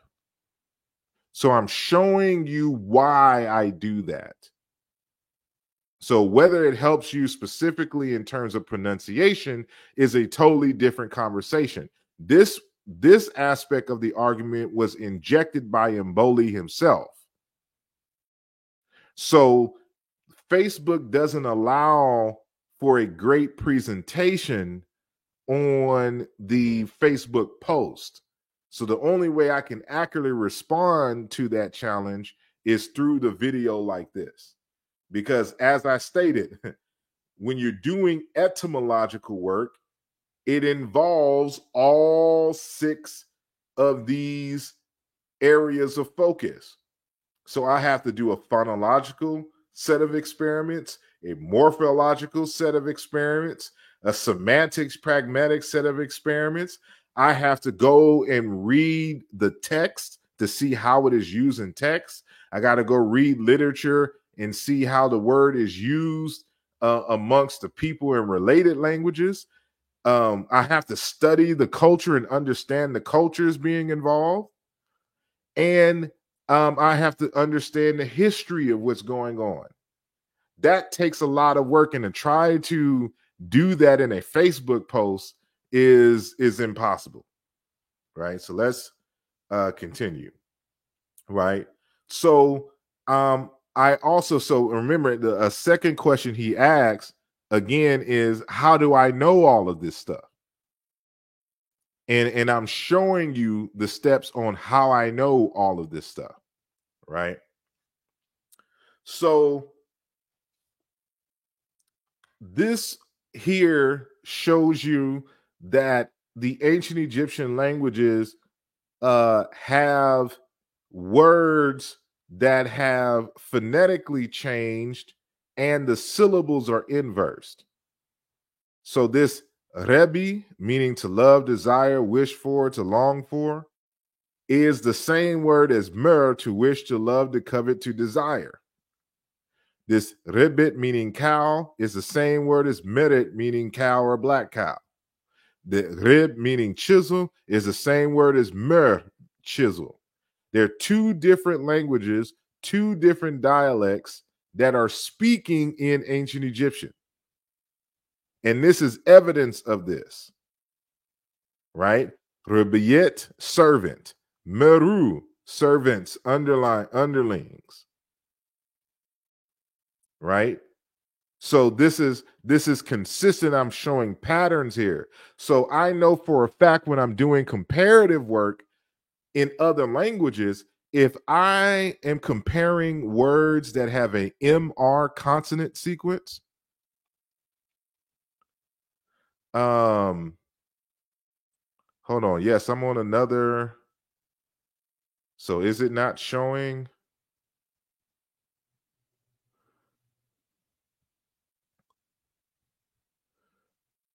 Hold on. Y'all not seeing the slides, but y'all hear me? Can y'all hear me? If you can hear me, press 1. Because that's odd if it's not showing the slides. So if you can hear me well, type in 1 in the chat.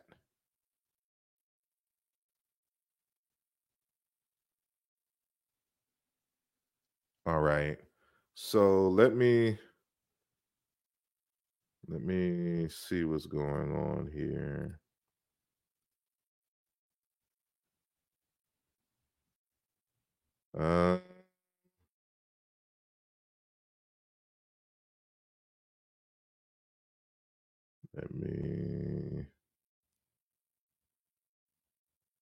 Yeah, it's still, I don't know why. So I'm gonna stop sharing. Let me see. So I'm gonna stop sharing. So I'm gonna reshare my screen. That's odd. So let me see. Is it still? Okay, so if you see on your screen, tell me if you see a different screen now. So press 1 if you see a different screen from what was before. So you should see Reb, Mer in 2 different columns and the like.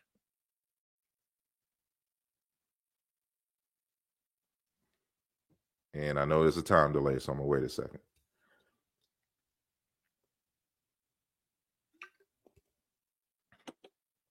All right, so we're good to go. So as I was saying, let me see. He says, so right, so the breakup, recognizing morphological composite and origin of Setep into Setep allows you to find more confident cognates with languages closer in time. Yes, or just period. So remember that Mboli challenged me on my source or my suggestion for a cognate for Setep, because in his mind, ancient Egyptian words are built from a tri-radical kikuki root. So he's arguing that Setep comes from kikuki as a complete string, and then inherited as Setep. And I'm saying that Setep is not a kikuki word. It is a biradical root that has an S prefix. That's what I'm arguing. So I hope that makes sense. So and I'm showing people my process, because he questioned my process in that dialogue.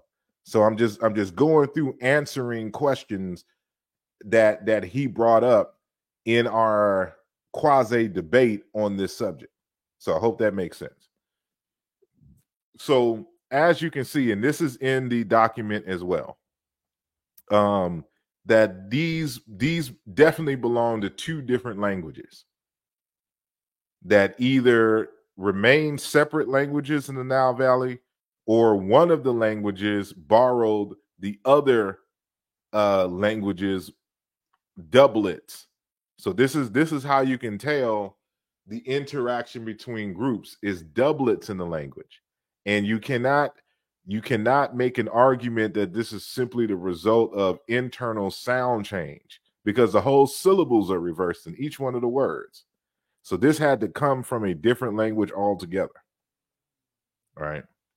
So here's another one. So so that same j and k, that that corresponds internally Egyptian, that same k also corresponds to sh. And just like with the rib and mer,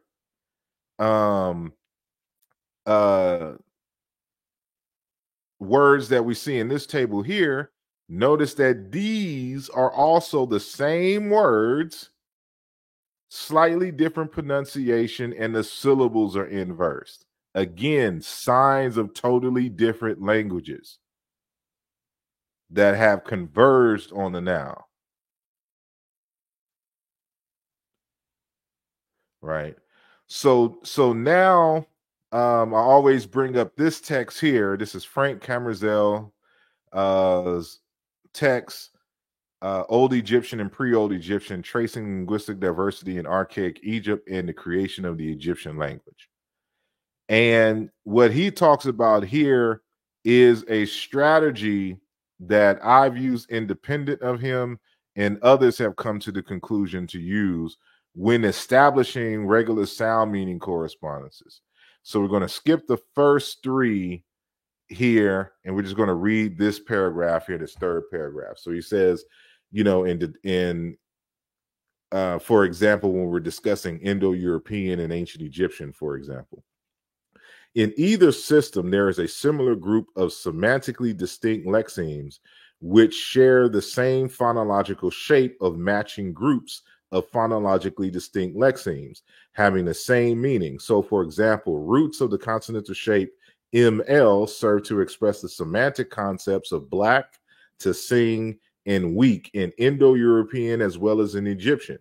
Since there is no apparent universal conceptual resemblance between black, sing, and weak, the probability that two distinct languages denote these meanings by means of the same root independently from each other is extremely small. And so what he's saying here is that when we examine Indo-European languages and Proto-Indo-European, this ML consonant sequence means black, sing, and weak. And then when we go into ancient Egyptian, the same consonant sequence or similar, since they didn't note the L, so it would be an R or written with the R grapheme in ancient Egyptian, meaning black, sing, and weak. The only way that could be possible if there was either some ancient interaction or inherited from a even greater proto language. But either way it go, it's not by chance. It's highly improbable that this consonant sequence will come up with the same words by chance in these two different language groups. So this is why, I always use that phrase from Dr. Modupe Oduyoye that a cognate must stand on two legs, form and meaning. Now, here's a different linguist essentially saying the same thing. So in, of course, S.P. Harrison, he says similar symbols or talking about the graphemes or sounds equals must be similar in both form and interpretation, meaning. So he's saying the same thing when we're discussing cognates, right? And we're using the comparative method that the form and meaning must match in the languages in order for you to argue for cognates. And I have to keep re-emphasizing this point because a lot of times you'll find linguists that are very, very laxed when it comes to doing comparisons, and they'll compare words that have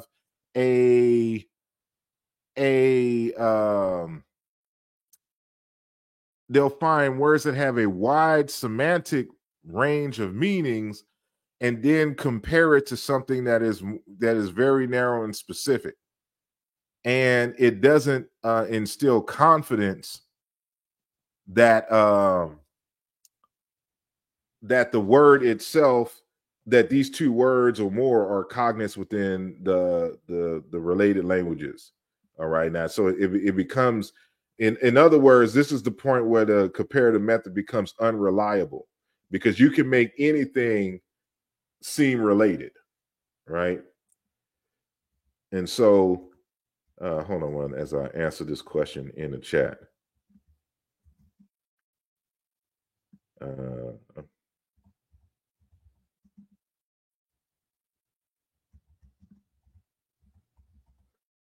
Let me do that.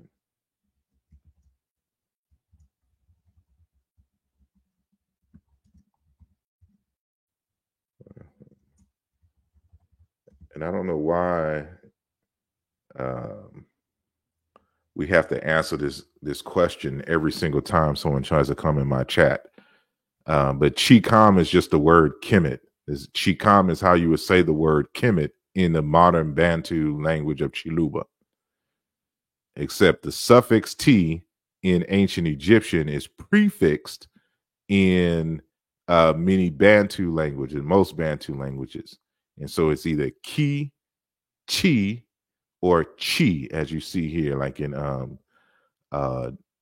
Chiluba language. So it's Chicam versus Kemet T.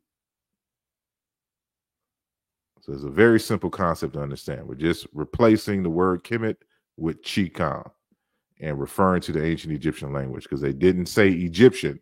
They said R in Kemet, Ranu Kemet, the language of Kemet. Kemet is the name of the language, not Egyptian.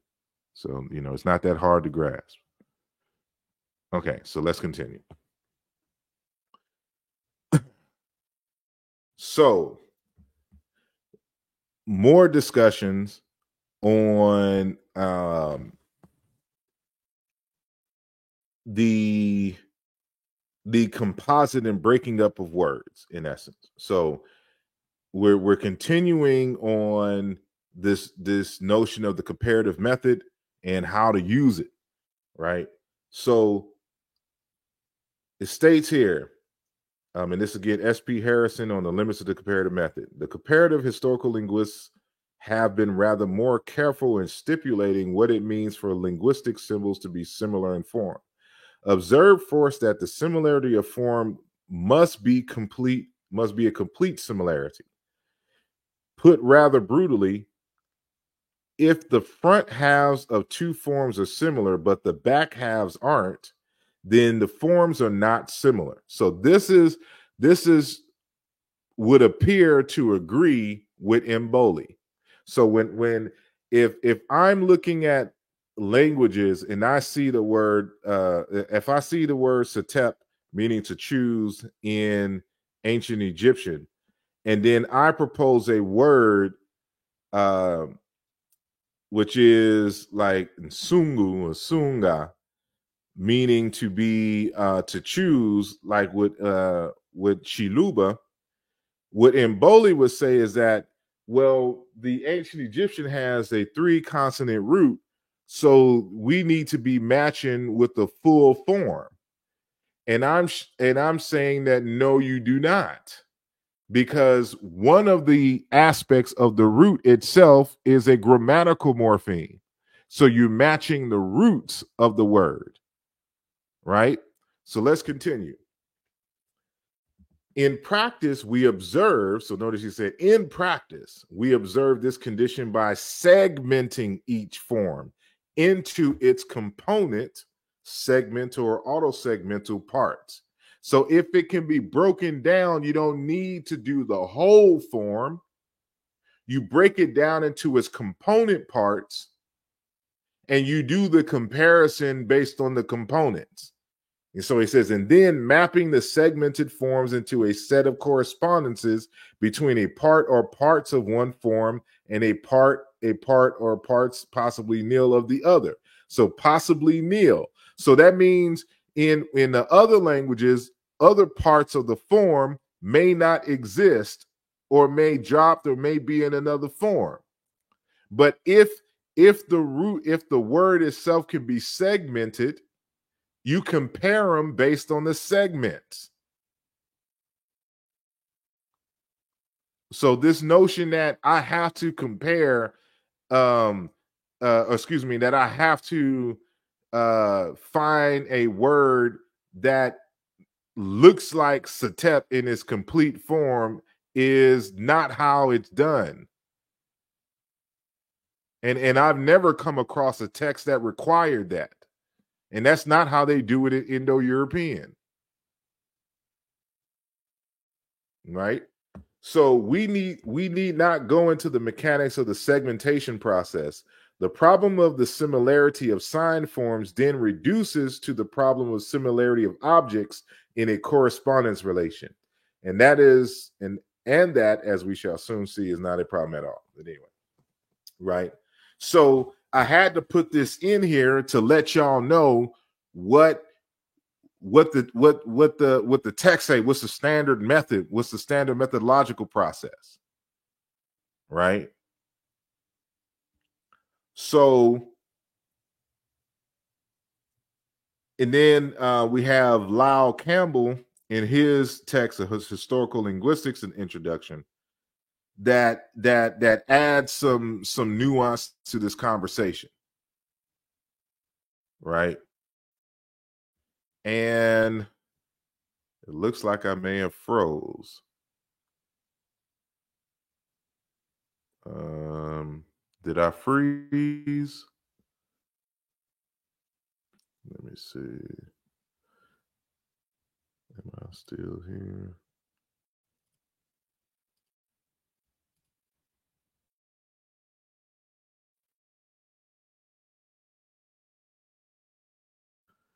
No, it's still here.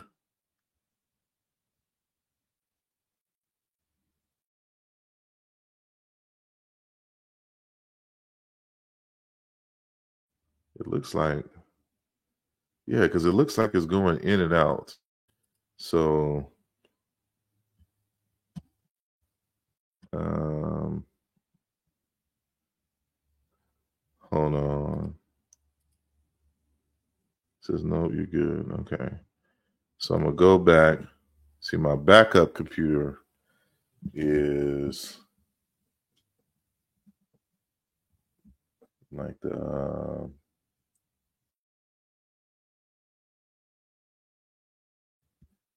I'm sorry, I gotta make sure to back up because for some reason in this area, that's why I'm always going someplace because I don't know why like the internet just doesn't it isn't as stable here. Um it says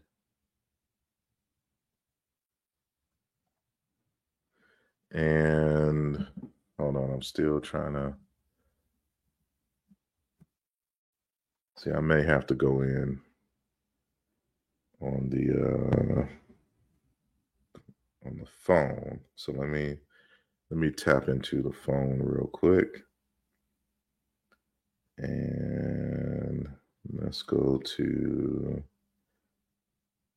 So I do apologize, folks. I'm trying to make sure that we are straight here. And because this thing likes to act a plumb fool.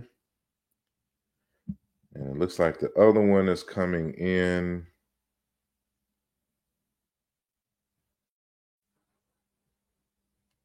So I'm reducing the volume. So boom. So that's me on the phone. But that's just to ensure that the live stays live while this other computer. So let me remove, and we're going to go full screen there. All right. So let's get back. All righty. So now what I'm showing here is from Lyle Campbell's Historical Linguistics, an introduction. And so, you know, he's warning us about erroneous morphological analyses, right? That means breaking up words that shouldn't be broken up.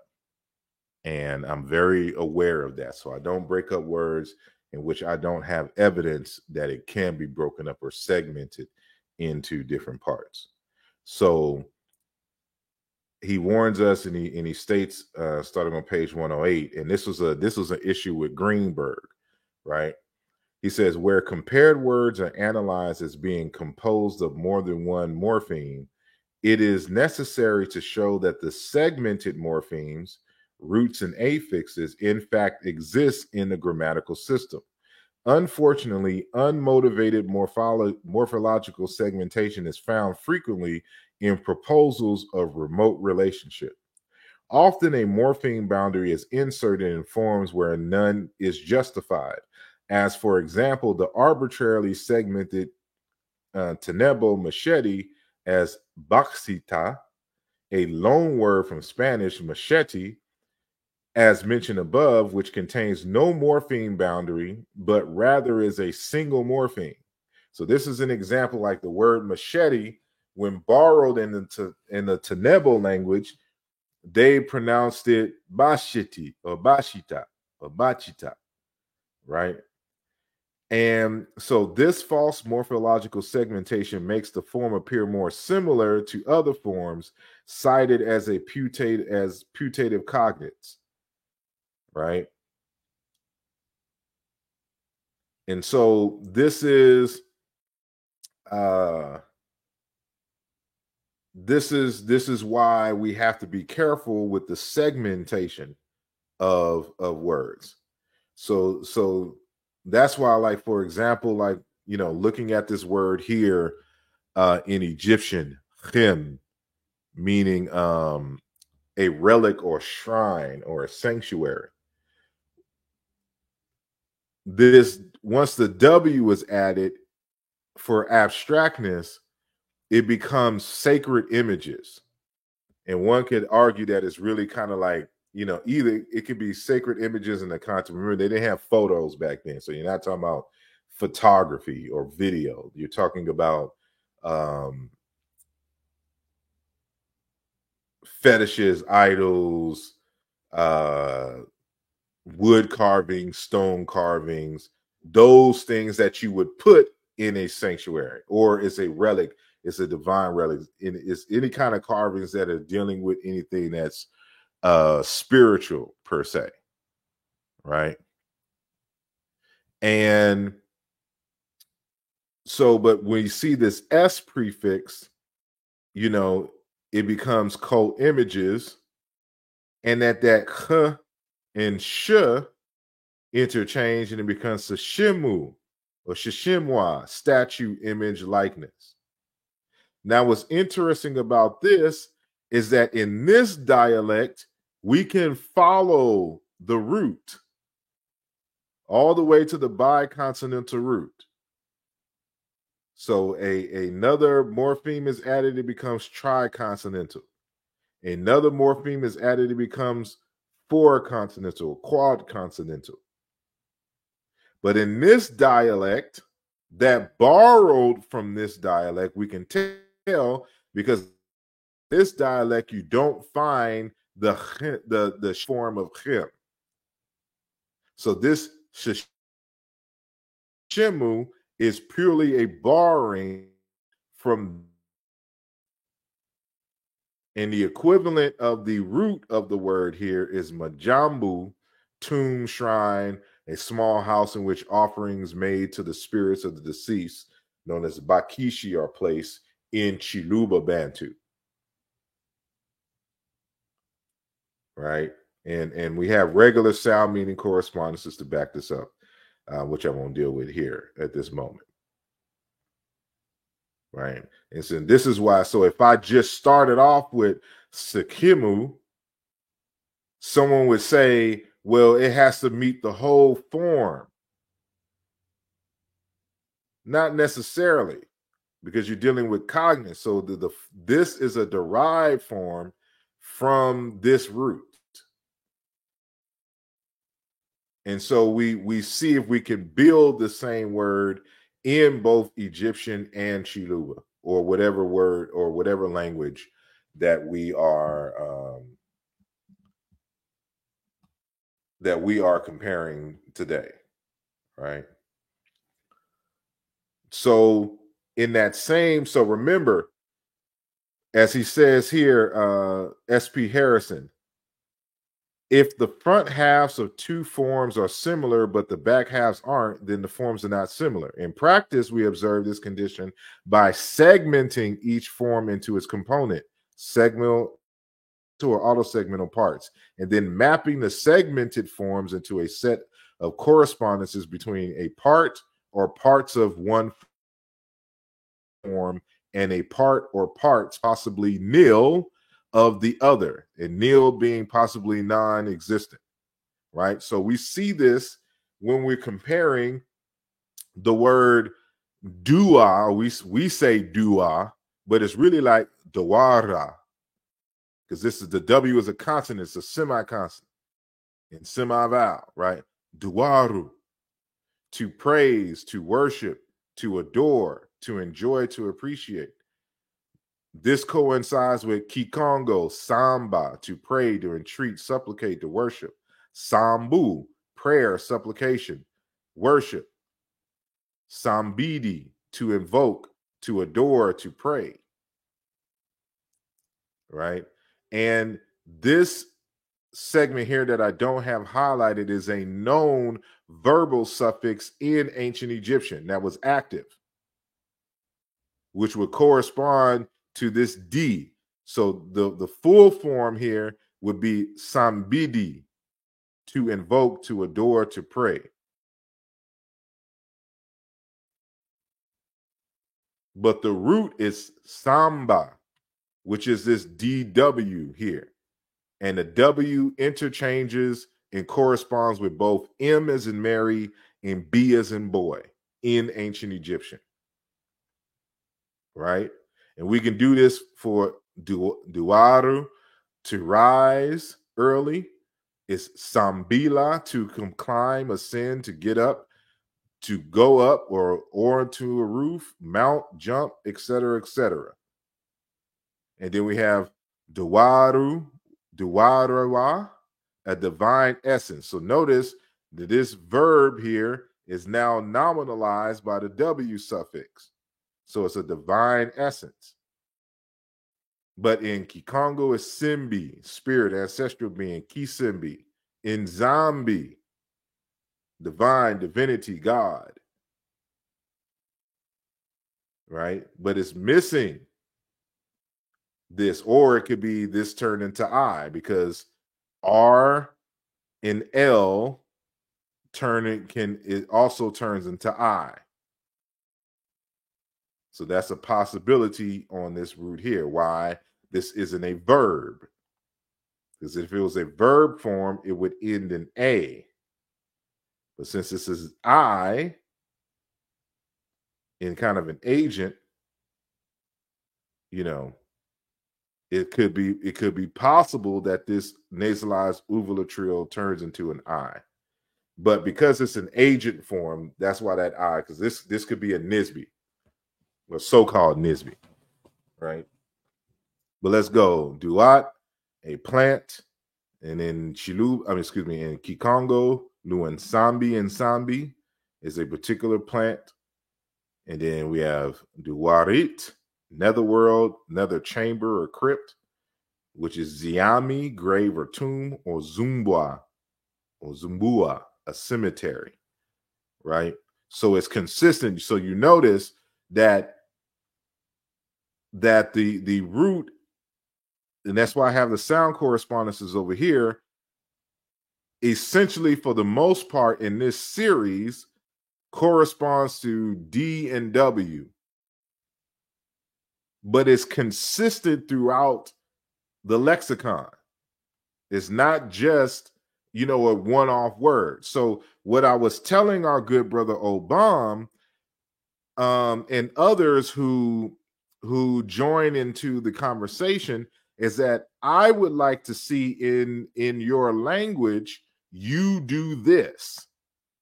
So you find the word satep, because there are other sateps in the ancient Egyptian language, do a series like this, and then give me the correspondences and let's see what the patterns are. If there's consistency like we see here. So even when we go into Yoruba, it's the same thing. So we have duara, enjoy, appreciate, which is in Yoruba, erin, laughter. Duarur, and ats for opening of the mouth ceremony. Was ran, cut or wound as an instrument.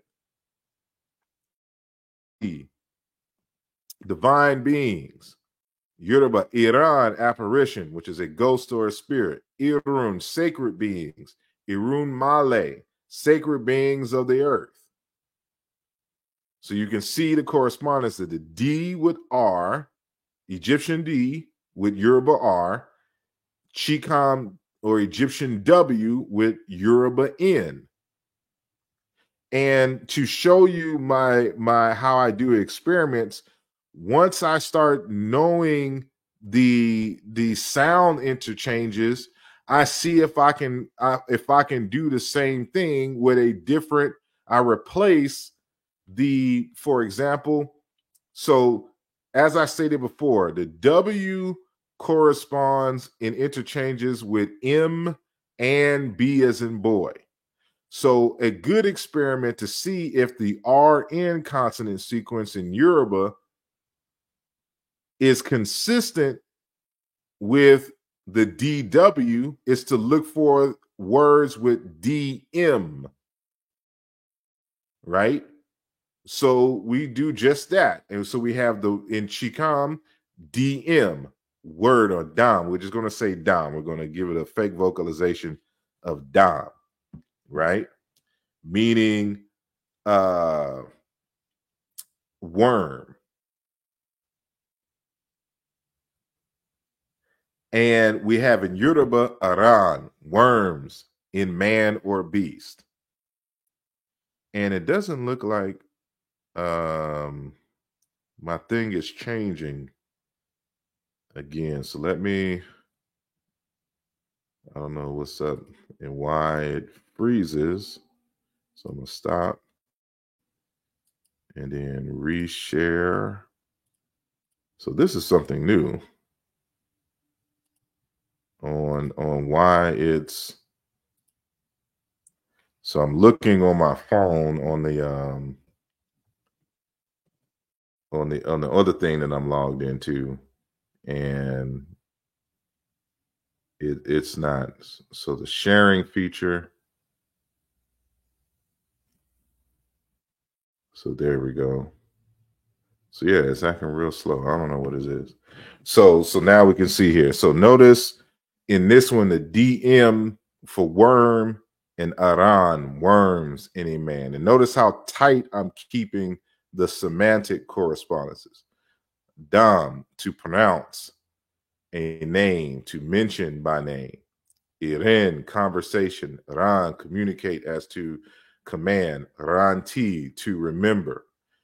And to remember is to mention someone's name. And we in my 2021 work on Orisha, we go through that in detail, right? So dim, to sharpen, to pierce, to penetrate. Dimwit, injury. We have lu, pierce, to perforate, and which is because R and L interchange in Yoruba, it dropped the N, but we have this other form, ran, cut or wound, as an instrument. And so this tells us here that this, in fact, is the root to the word dua, meaning at, right? So we're back here. Dim. So we're just like while we have dua with the R, the nasalized uvula trio here, we also have the DM nasalized uvula trio. So we see the same consonant sequence. So DMR to bind together.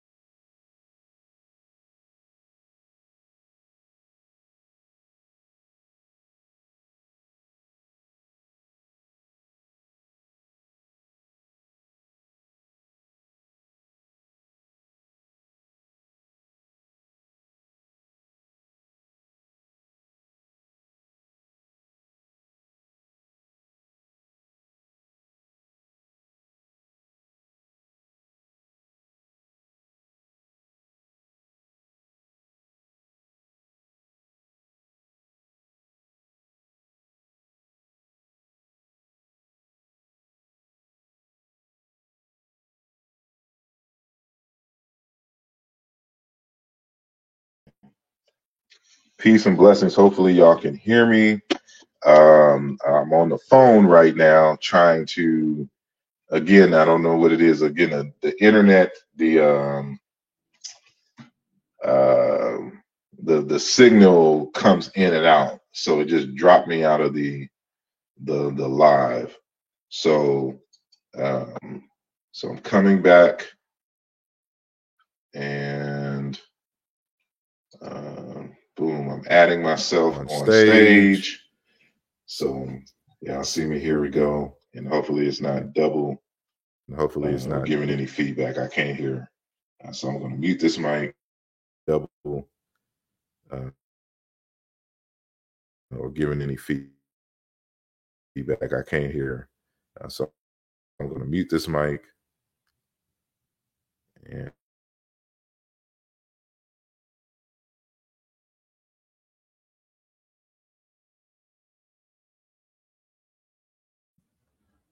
there we go. So this is what I'm going to do. I'm going to stop this. So hopefully it's not a, what do you call it?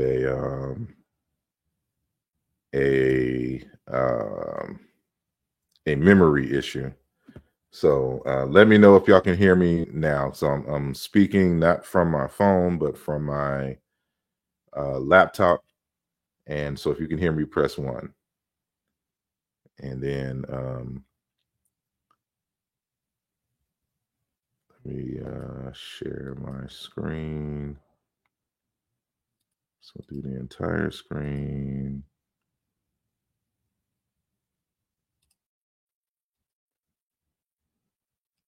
So what's going on over here? And can you hear? Can you see? What is going on?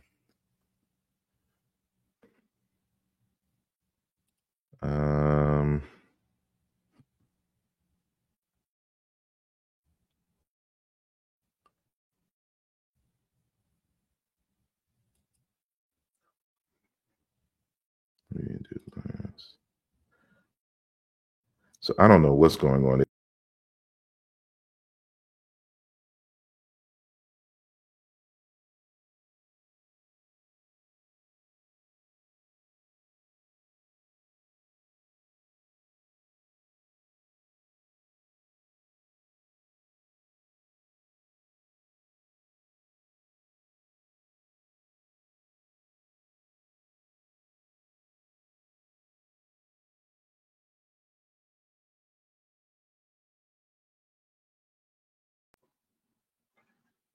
Okay, let me see. I don't know. Okay, so I'm back on the phone again. I'm trying to. I don't know what's going on and why the internet connection is acting a fool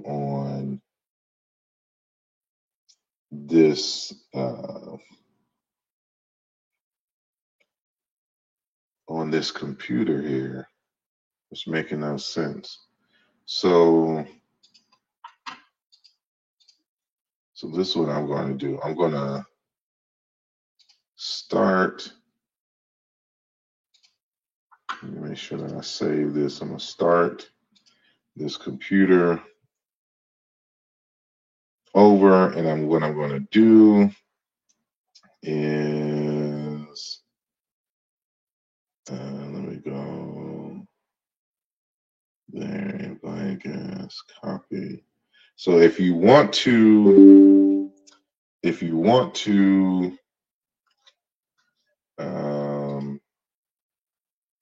it's saying that it's back. I'm going to add. Okay, so okay,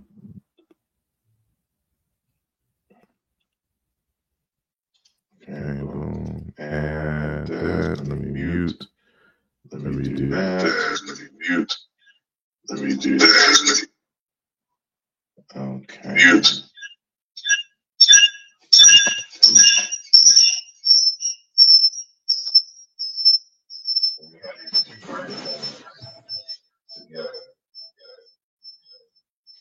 Let me do that.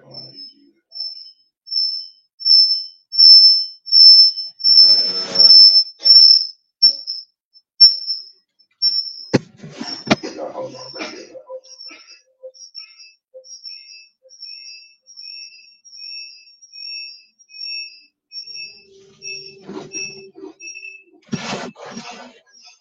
I don't know.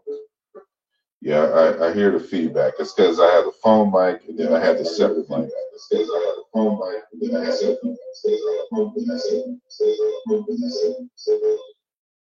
So what I'm going to do is delete that on the computer, upload. Let's see, lecture, word formation.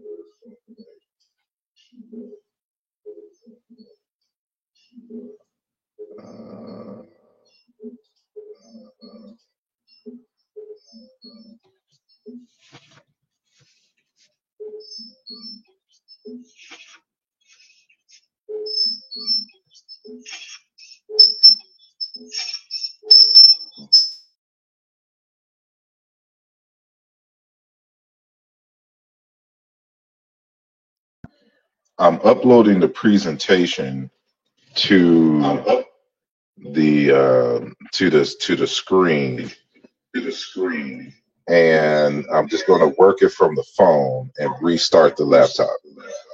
So y'all bear with me a second. And so y'all bear with me a second.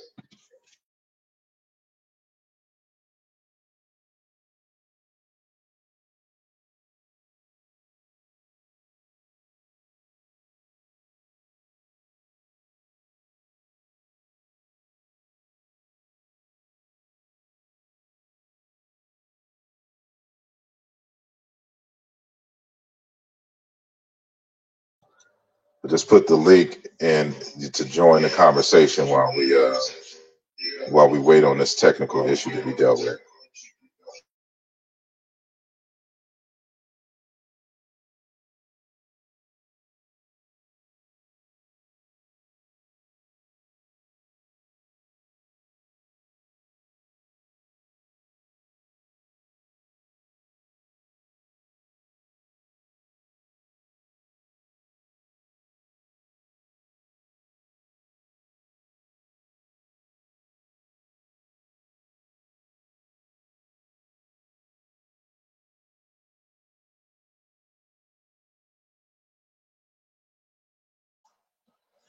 Okay, I'm back. We're just going to have to wait. So I put the link in the chat for those who want to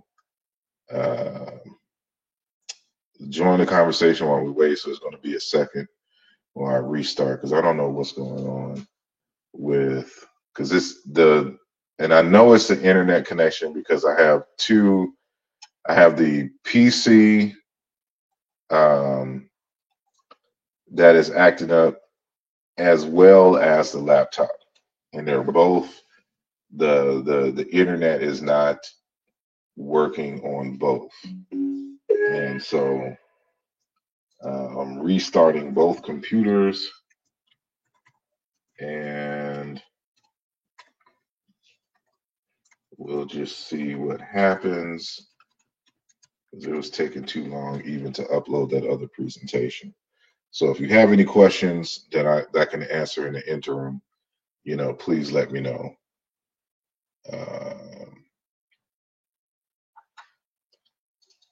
So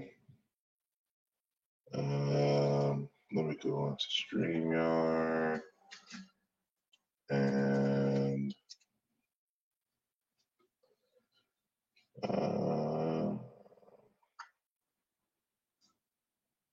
it's not.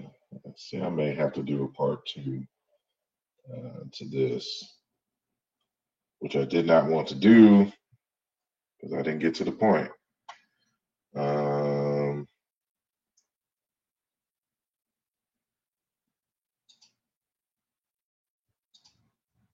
So yeah, still waiting, and yeah, I don't know what's going on. It looks like the internet is just down, and that's what it is because all my devices, I can't connect to the internet.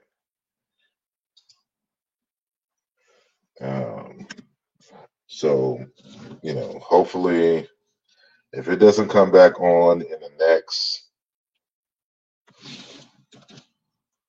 2 or 3 minutes, I will just end the show and just schedule a part 2, or I'll just do the part 2 and then just upload it at a later time, so we don't have to deal with the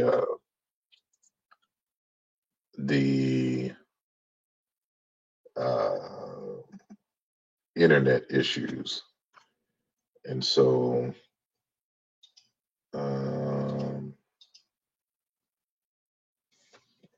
so I don't know what's going on. Yeah, it's definitely the internet's down. So I have to do a whole bunch of troubleshooting, and that will take away from the program itself. So again, the link is in the chat. I'm just going to make this into a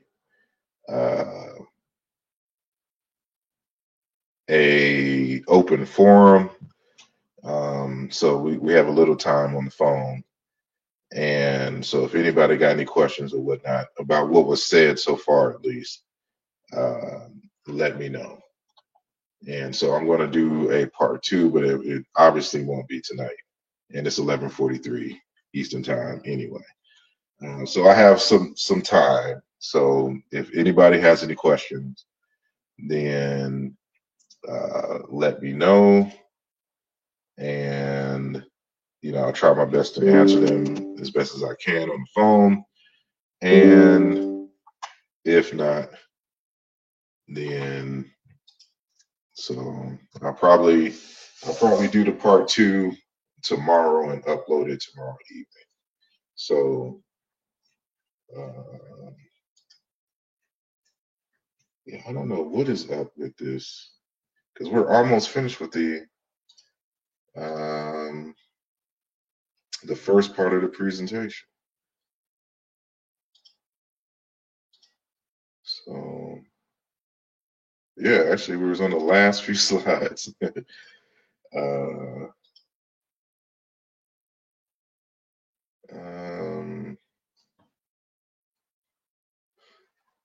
So yeah, I'm not seeing anybody in the chat. So I guess that is my cue to end the conversation. So I do apologize. Well, I see somebody has come on, Brother Ujaru. Let me add to stage. Peace. Hey, peace. Yeah, can you hear me? Hello? Hold on. Can you hear me? Can you hear me? Let me turn my mic up. I'm sorry. Peace, can you hear me? Yes, can you hear me? Check. Can you hear me? Can you hear me? Are you there, Brother Ujaru? Yep, I'm speaking, but I'm not sure if you hear me. Oh, my bad. Okay. So I forgot. See, when I'm on the phone, I have to turn everything off or on. Oh, you can hear in terms me? of the volume. I can hear you now. Oh, okay. Yeah. Okay. Well, first of all, I don't want to ever hear you say anything about Restream. Well, see, this isn't an issue of Restream versus StreamYard. I'm just messing. So Restream would have kicked me off the first 5 minutes. But no, but to your presentation, I think it's good that you did it as a presentation, because, as you said, pointed out, it's based on a conversation in the Facebook group.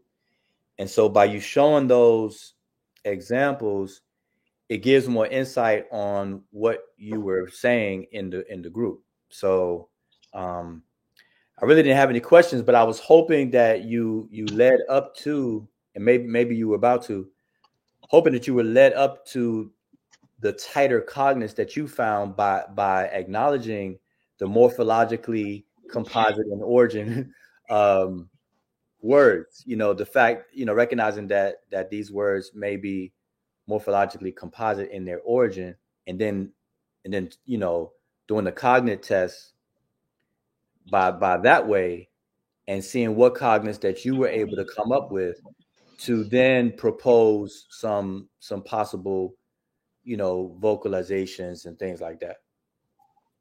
Indeed, that's where I was trying to go. And so that's actually laid out in the accompanying document that y'all can download. Okay, yeah, I have it. So let me. So you said you have something in there. Yes. All right. So, Download. hold on 1 second. Yeah, I see. So right now I'm on the page, I guess 5 of 34. Oh, 34 pages. Goodness. Yeah, that sounds. That's but you know, it's 30 pages of tables, but the tables are just long. It is mainly it's not what do you call it? All right, so I'm gonna fast forward down to the, I guess the tighter cognizance. What page would that be on? So So what is the root meaning of Setep? That's on page 21 of 34. Hold on 1 second, because I may have a break here. Let me do that. Audio. To pick, to pluck, to pick, to pluck, to take, to seize, to take hold, to take up, seize, snatch. Calogen, to seize, grasp, hold, have. So now using and testing reconstructions to dig deeper in time. And I see that table.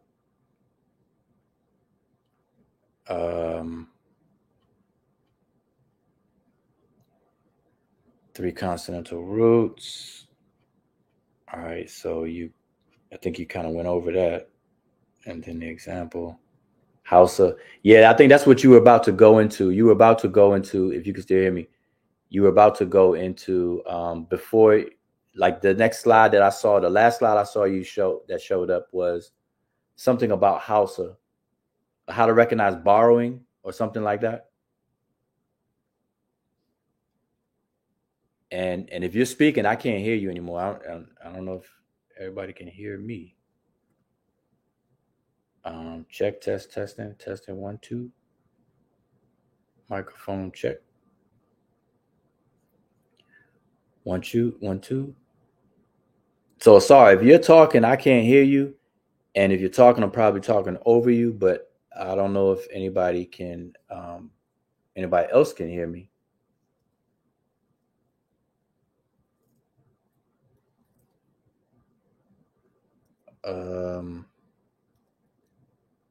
So Asar, I see your slide. You have Chikam, Yoruba, and then the correspondences. The first row is Dem, worm, Aran, worms. So I see that. I can't hear you. Okay, yeah, Mika says she can hear me. So I'm not sure if Asar can hear me.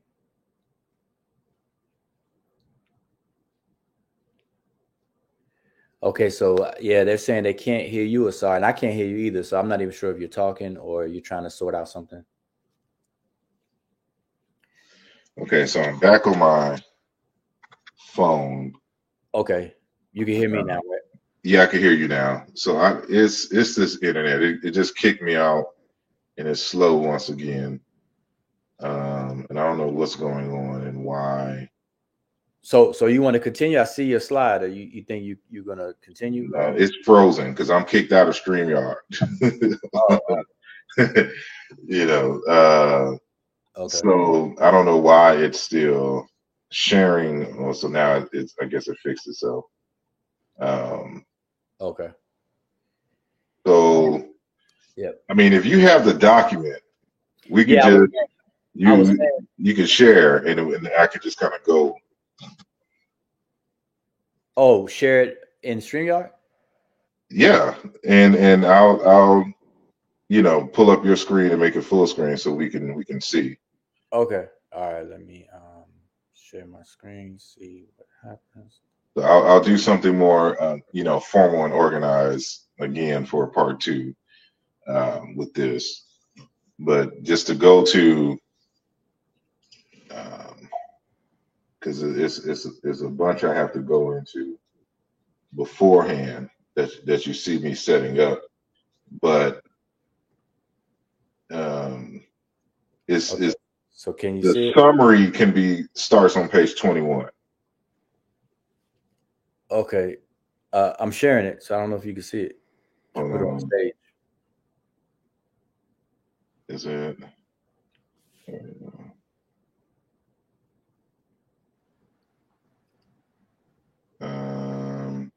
I guess I'm gonna have to make mine big.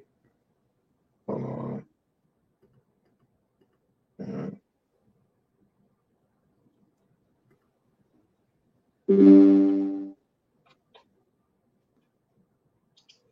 All right, so yeah, we can see it. So that's where I was, and this is page 27 of 34. Example of borrowing in a proto language, Hausa and Kanuri. Yeah, so that was. Ooh, hold on. I'm sorry. Okay. Turn that audio off right now. Okay, so yeah, I see. So let me go to the document. So basically, that was the set of slides that I was going to go to next. But I have it in my usual way where you can kind of see the form. So notice. So what I was saying here is, let me see if you can see. You'll have to scroll up a little bit more. Down, I mean. Right. And so I don't know if you can really see it, but you see where these two words. So those last few slides where I was reading about the caution that we have to take in terms of breaking up words. But then there's another aspect of it, which is the reverse, which is comparing words and not breaking them up, and assuming that a cognate is, has this particular form when it may not. So, for example, in this word here, I don't know if you can blow it up. This here, where it says Hausa and Kanuri, that section right there, if you can make it just a little bit bigger. Yeah. Right. Right here. Right. So you see that word Rubuta. Yep. In Hausa and Karatu. These are borrowings into Hausa. And they come from the Kanuri language. These words mean write, writing, read, reading. And the Kanuri, let's just use Greenberg for his model for a moment. Because, everything is Negro Egyptian to Mboli. But we have this Hausa word, the Hausa language that is supposed to be Afro-Asiatic. And then you have Kanuri, which is a Nilotic language, which is supposed to be Nilo-Saharan. But these come from, these are not close groupings of languages, even if we use the Mboli Obinga Negro Egyptian model.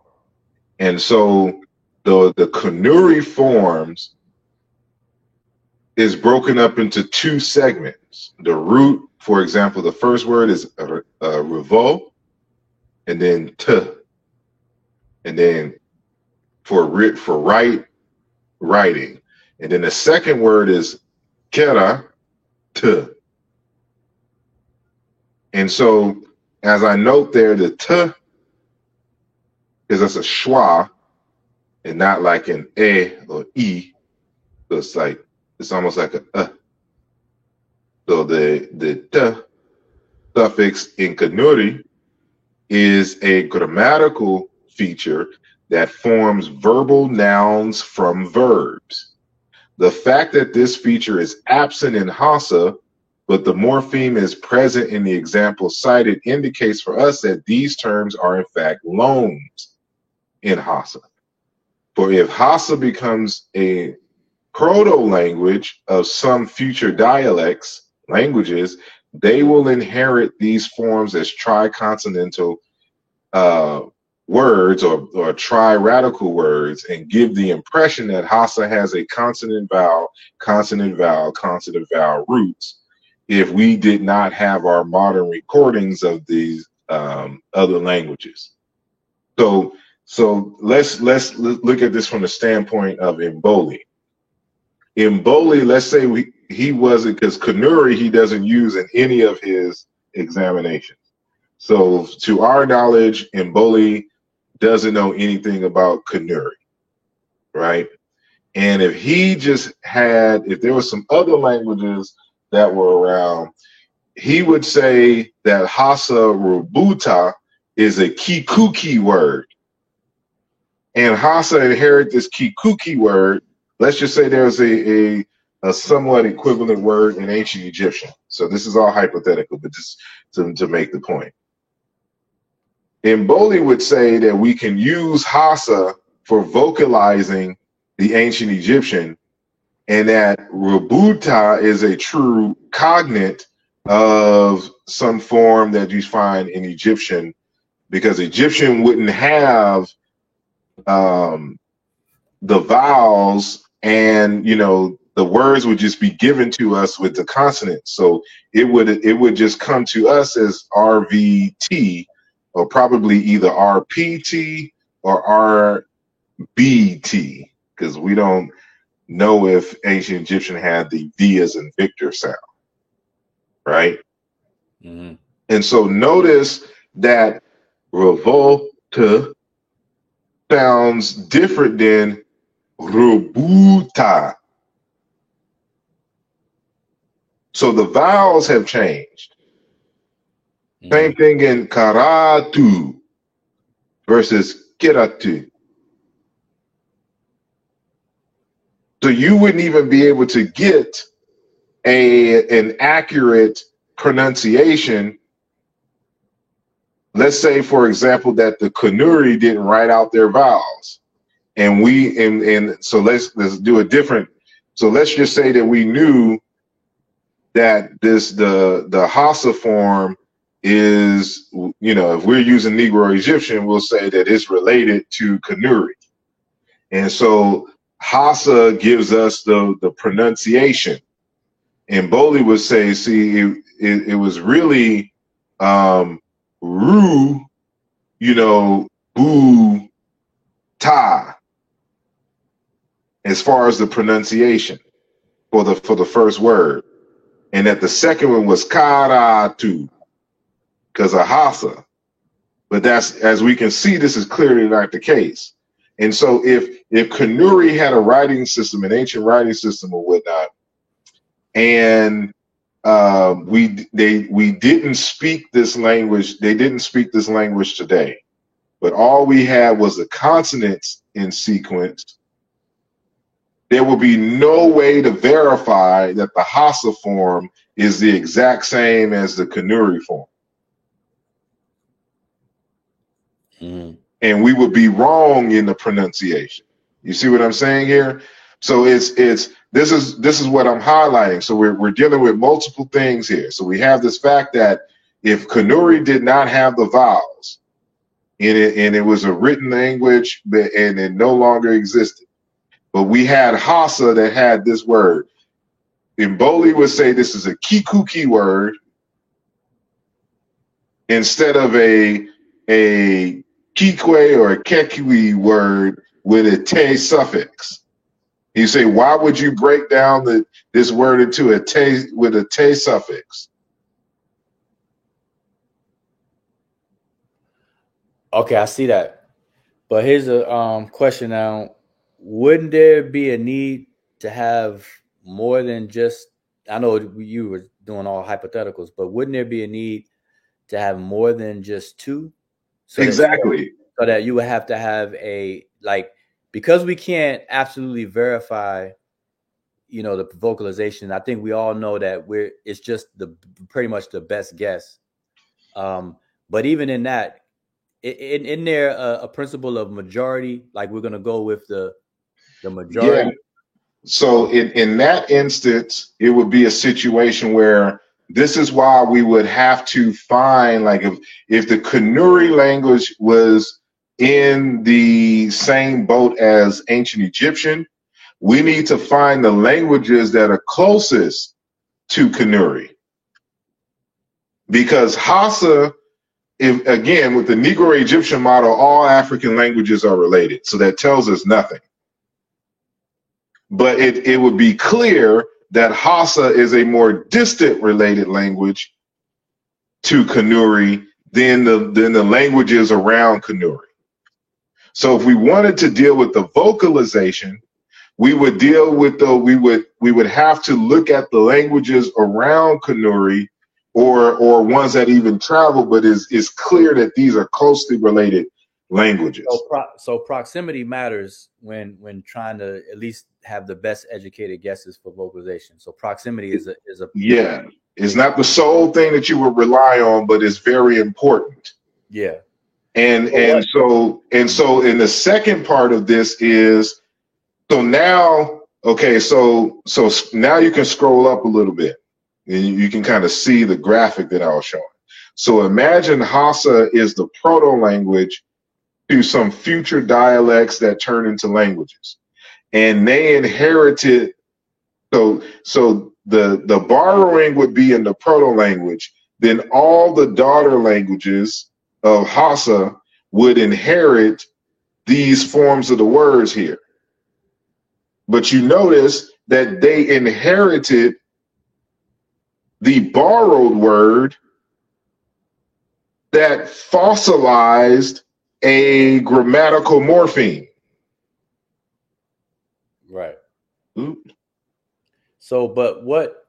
So for the existing Negro Egyptian families, what is considered the closest to Egyptian right now? Like right now, we don't know because that work hasn't been done.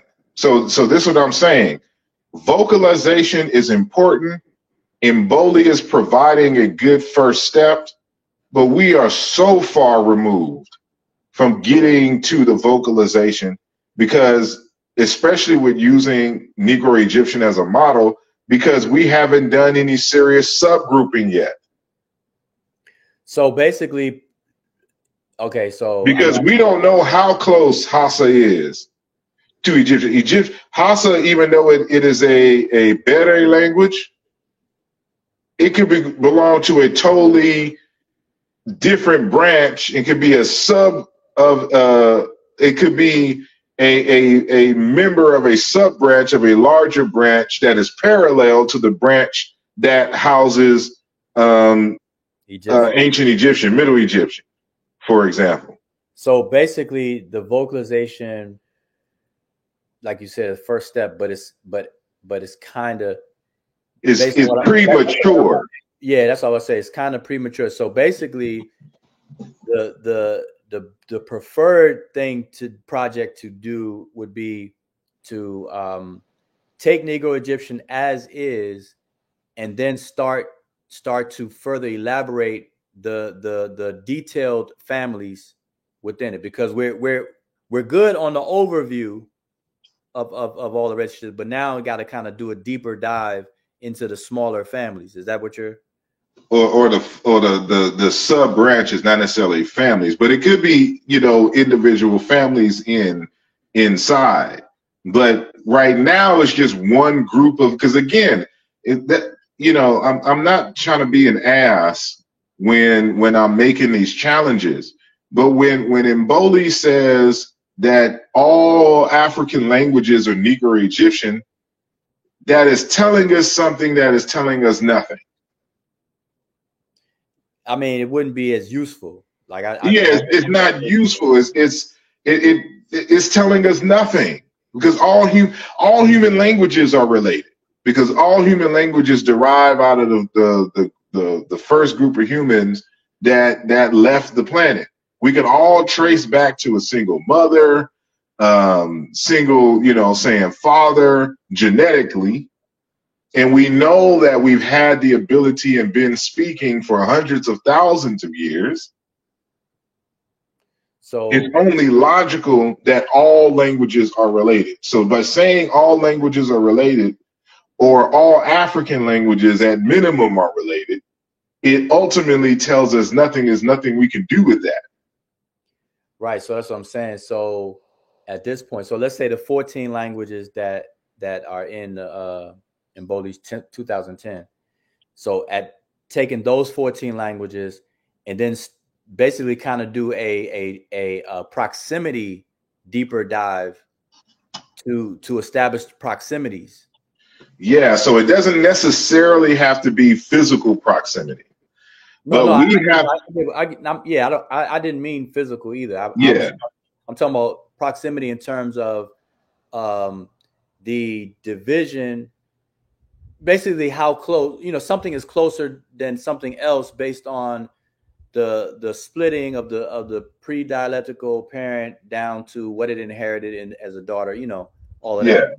Yeah. So that deeper dive needs to be done prior to re-engaging the vocalization based on what exactly. I mean. Right. Because it's because as you can see here, there's certain things that you have to account for. And so like these, so what I was saying here is that it would, if looking at this actual Hausa borrowing, it gives the impression that the word is itself a tri-radical word. That the and I guess this goes back into the debate on what is a word, right? Yeah. So it would give the impression that, this is a tri-consonantal word, or these are tri-consonantal words when they're, or tri-radical words when it is bi-radical in origin with a grammatical morpheme. And those grammatical morphemes can change. Mm-hmm. So you don't count those in a regular vocabulary analysis. When you're doing you're trying to reconstruct the morphology, then that becomes important. And you base you partially base whether the morphology was inherited by the sound laws you establish via the regular sound meaning correspondences in the vocabulary and roots unto themselves.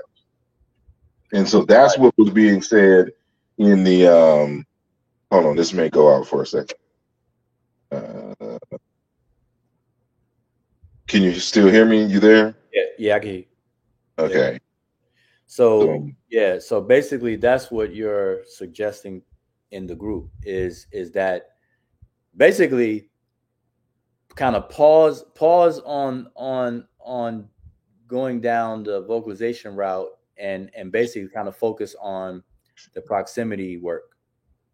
Yeah, and the subgrouping, because that's a part of the linguistic enterprise in terms of family reconstruction. Yeah. So okay.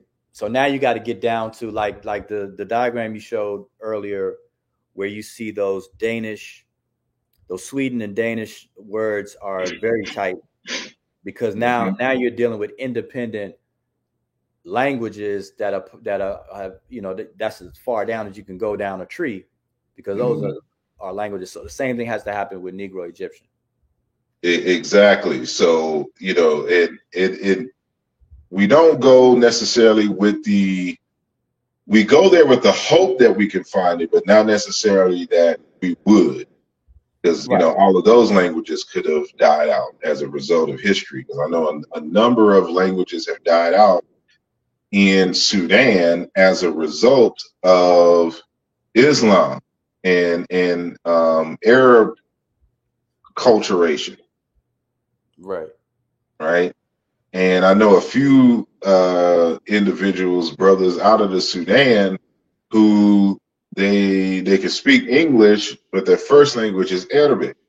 And when I asked them about, they know who their ancestry is as far as people and what the name of the people are, but they have no idea what the ancestral language was. And that's creepy, right? But it goes to show that there are a number of people that exist that are speaking languages that are not their ancestral language. And this can happen even on the African front, not just as a result of Arabian or European invasions. Mm-hmm. So we come in with the expectation, we're hopeful, but it may not work out as a result of history, but we got to do the work first. But the key part in that text, I mean, it's all, you're gonna have to scroll up. So let's just go to page 21.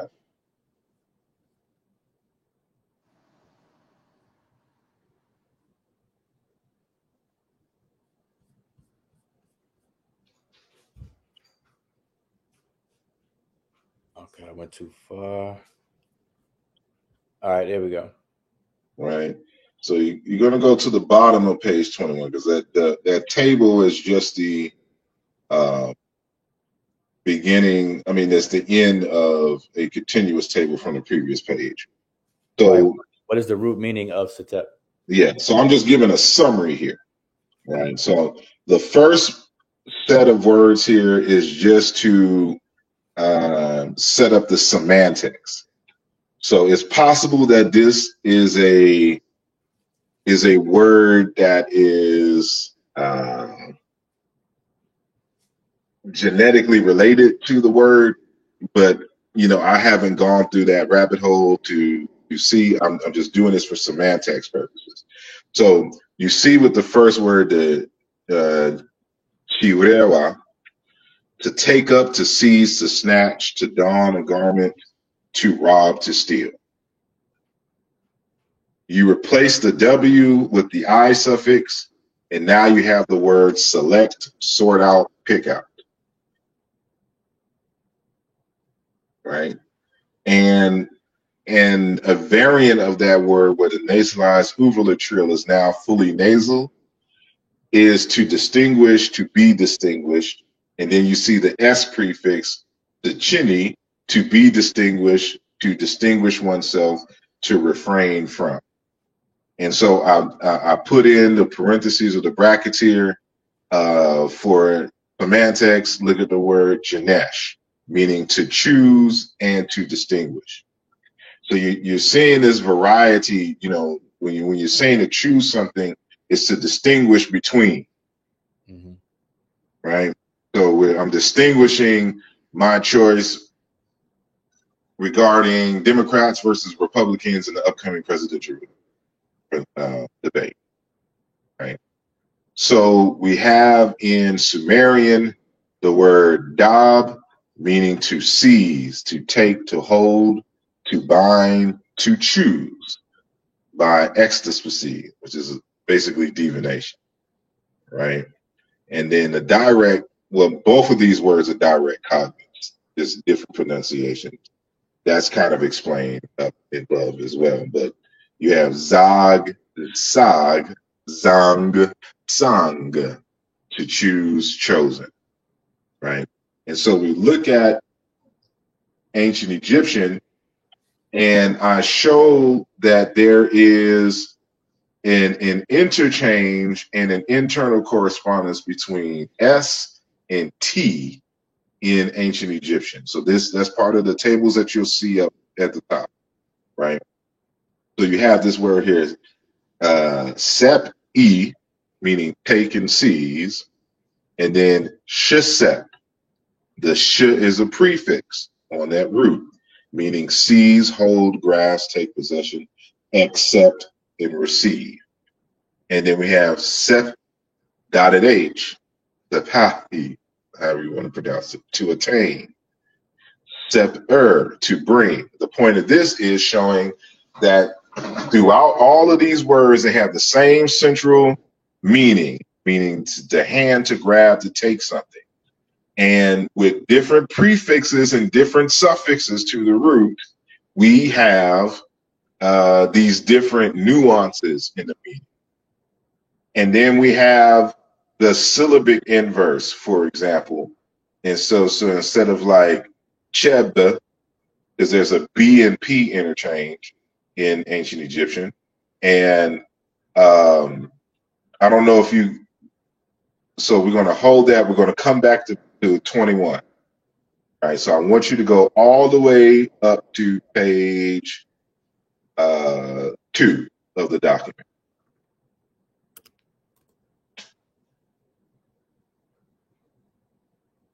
Mm-hmm. Right, and so you're going to go where it says sound interchanges. So you see these are a list of sound interchanges and the texts that make the arguments.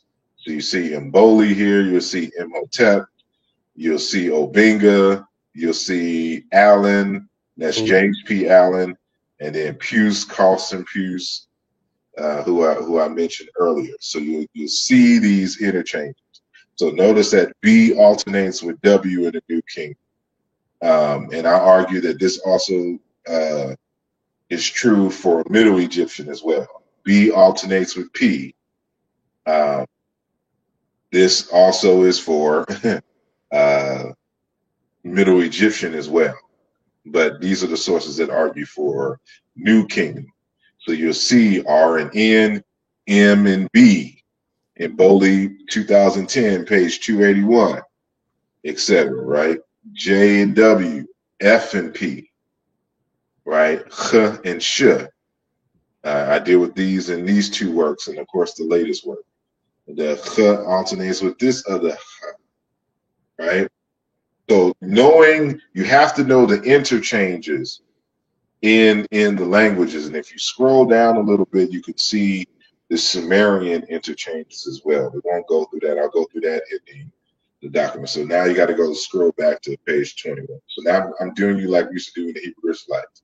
Now go to Deuteronomy 28, verse 68. Read. Read. All right, so we're back here to the back on 21. Right. So we have, of course, Setep, meaning to pick out, to choose, and then we have the beg with tib, with G suffix, meaning to pick, to pluck, right? And if you scroll down to page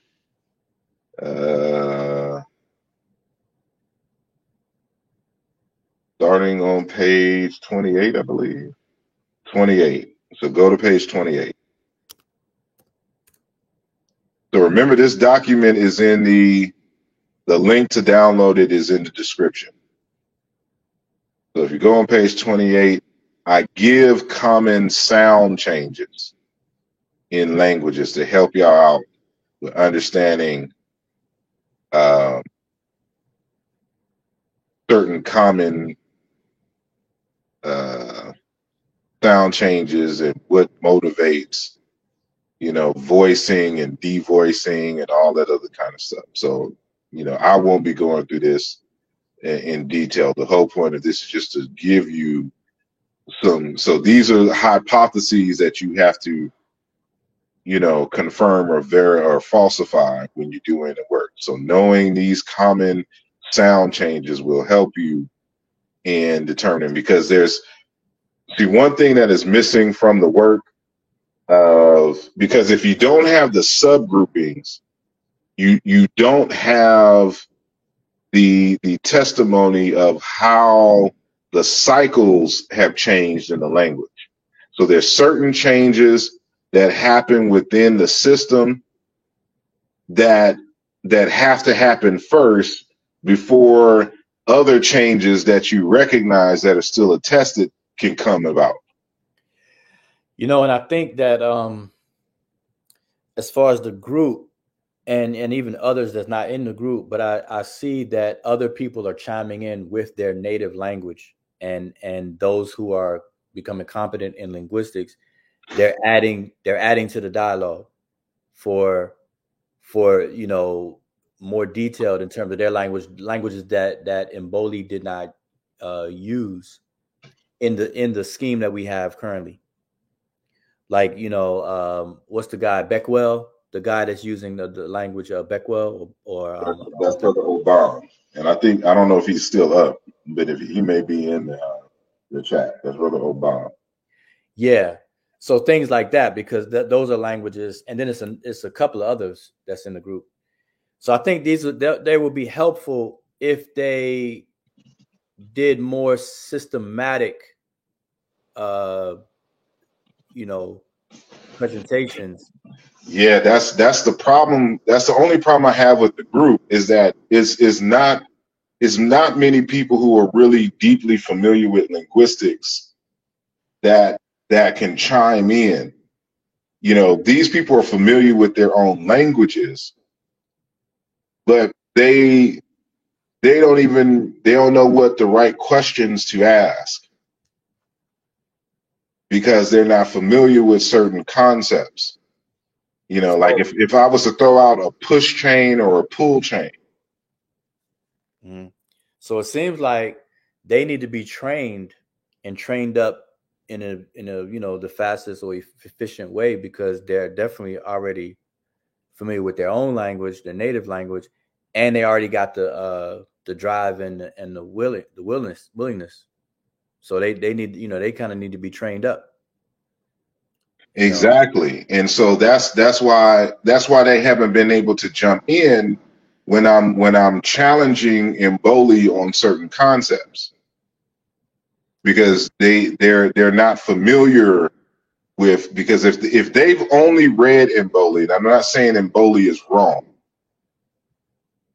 but if you've only read Mboli, you would not be able to use Mboli in order to start doing historical comparative linguistic work.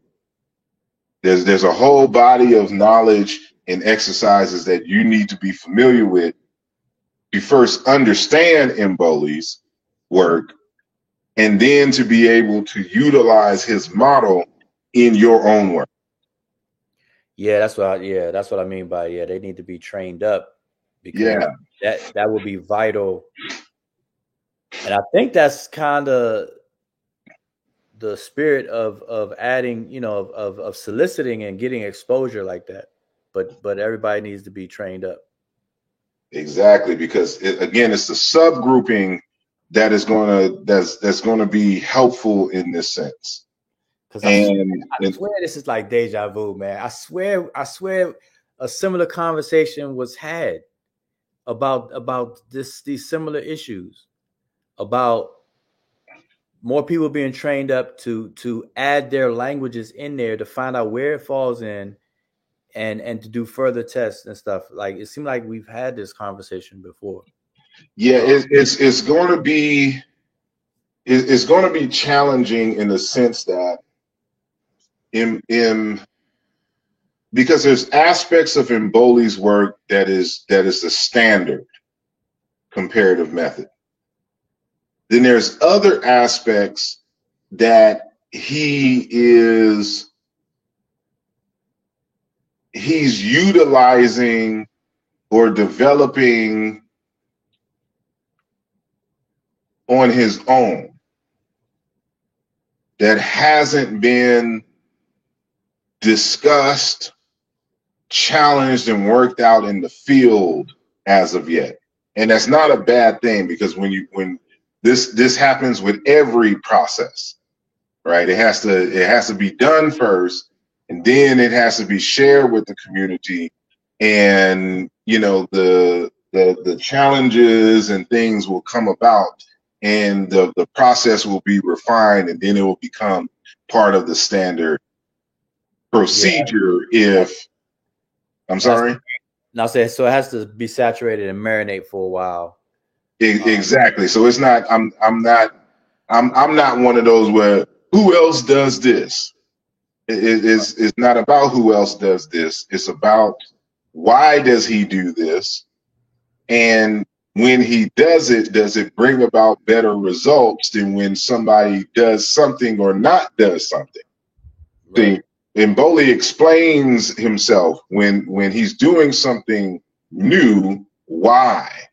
So, for example, with a lot of Indo-European languages, you have writings. Indo-European is not that old of a language family in relative terms. Like, the beginnings of it is estimated to be around 3,500 to 3,800 BCE, right? It may go into at the edge of 4,000 BCE, but it's definitely 4th millennium BCE, right?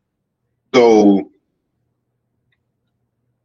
you're talking about 5,000 years of history and at least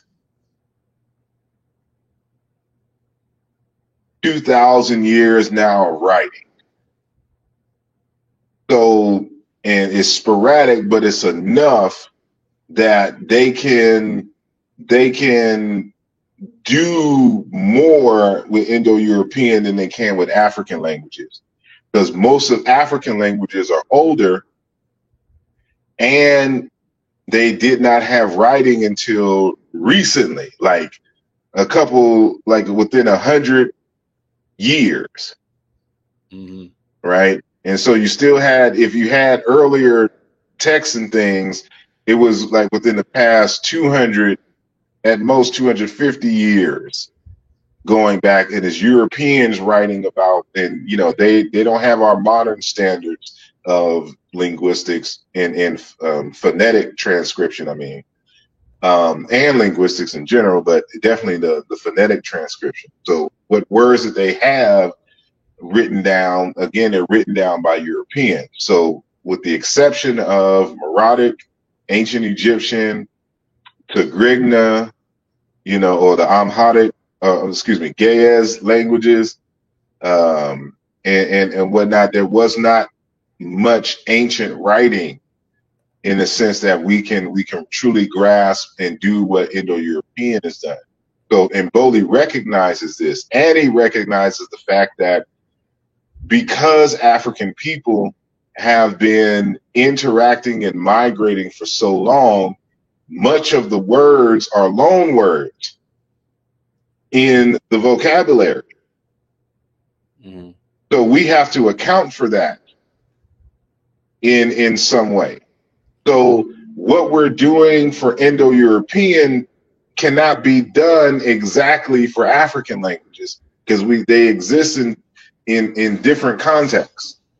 So if he develops a method to try to make sense of the chaos that is African languages, it's going to be different than some other folks. But he's taking in some considerations that others aren't considering. Yeah.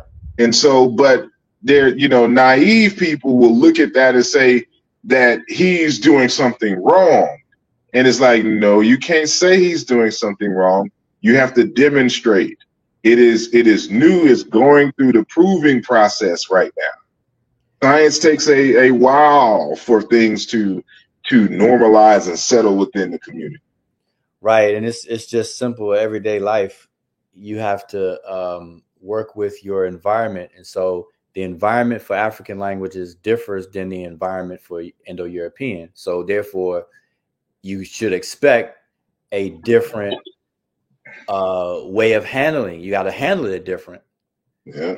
You're not going to handle a dog the same way you do a wild lion. So that's just it. Exactly.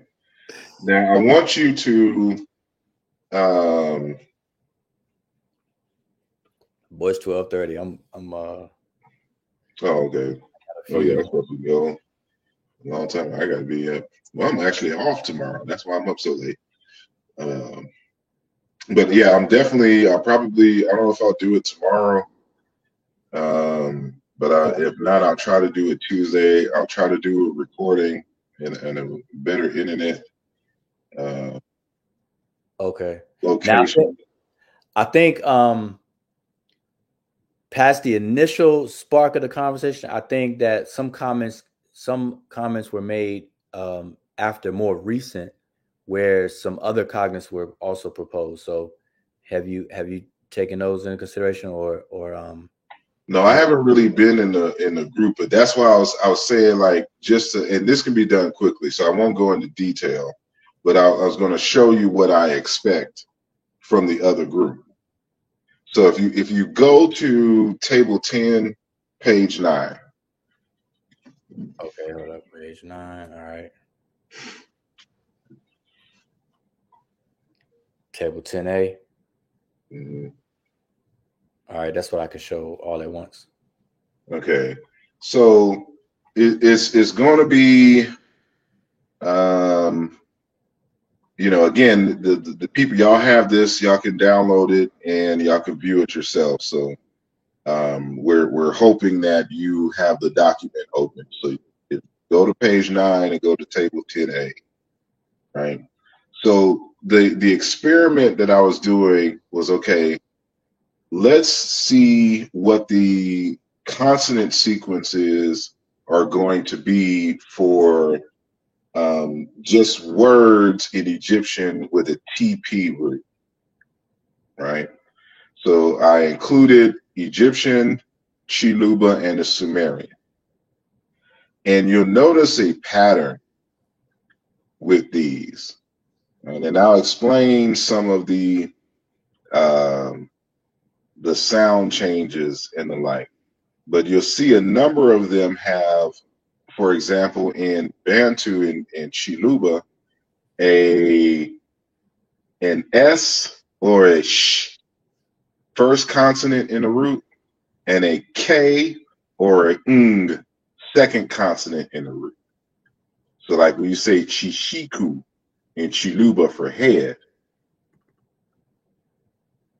notice in ancient Egyptian you have two variants: Tep, head, person, self, and Teb, head, top, skull, forehead, and then Tebin, bone. So there's a third consonant that is added to Teb in this very, and so I'll be going through the explanations of these related. But you notice in Sumerian is S, Ng, or a Sa with the second consonant that is dropped. And you'll see this consistently: chief, Tep, chief, Tepi, high priest, and then, but this corresponds to Lopo in Chiluba, but Sang, king, Sanga, priest in Sumerian. And then we have Sepit, because I discussed the relationship between T and S. And you'll see the same thing. So it's the reverse over there in Sumerian. But remember, Proto-Bantu D becomes L. And so D is just a voice T. But we're going to keep going. I just want to scroll down. So let's go down to the next page to see more of what I'm saying. So Tepi, small fish. Musangi, small sardine-like fish. Musongo, tigerfish, etc. Peshe, fish in Sumerian. Tepe, to be brave. Bulobo, and whatnot. And Tep, chest, and Sango, oak. And his logs, beams, all within the same semantic context. Right? Tep, dagger. Songa, to carve. Songa, cut. That's the verb form. And then you find these variants in Egyptian. Just go down and you'll see a consistency here with basically sun being the root. And so if you scroll down now to table 11 on page 11.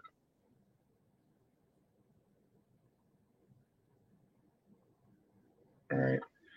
So now you'll see the same consonant sequence even when S is added to TP. So you have Setep, to debone, the process of cutting up meat, slaughter, to kill, destroy. Setep, work with an axe. Setep, to be ruined, to be dissolved, to be disbanded. Right? And then you have a Chiluba Songa, to carve as wood, cut, file, teeth, form, shape, sharpen the point. Songa, cutting to a point, make a sculpture, carve. And then in Kikongo, you have Singa, to cut, Songola, to cut, sharpen, the beat, point, whatnot, yada, yada, yada. And then Sumerian, to throw down, Sag, Sumerian, to throw down, to scatter, disperse, to kill, to beat. And then Sig, Sag, again, stroke, blow, to chop down trees, to strike, hurt, damage, to beat rhythmically, totter, shake, demolish, raise, flatten. So you can see when you look at these collectively, they all belong within the same context.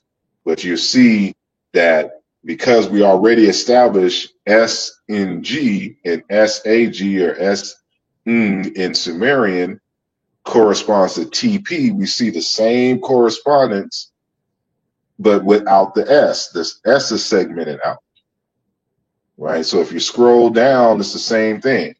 So Setep, meaning to choke. In Chiluba, Sunga, to strangle with hands.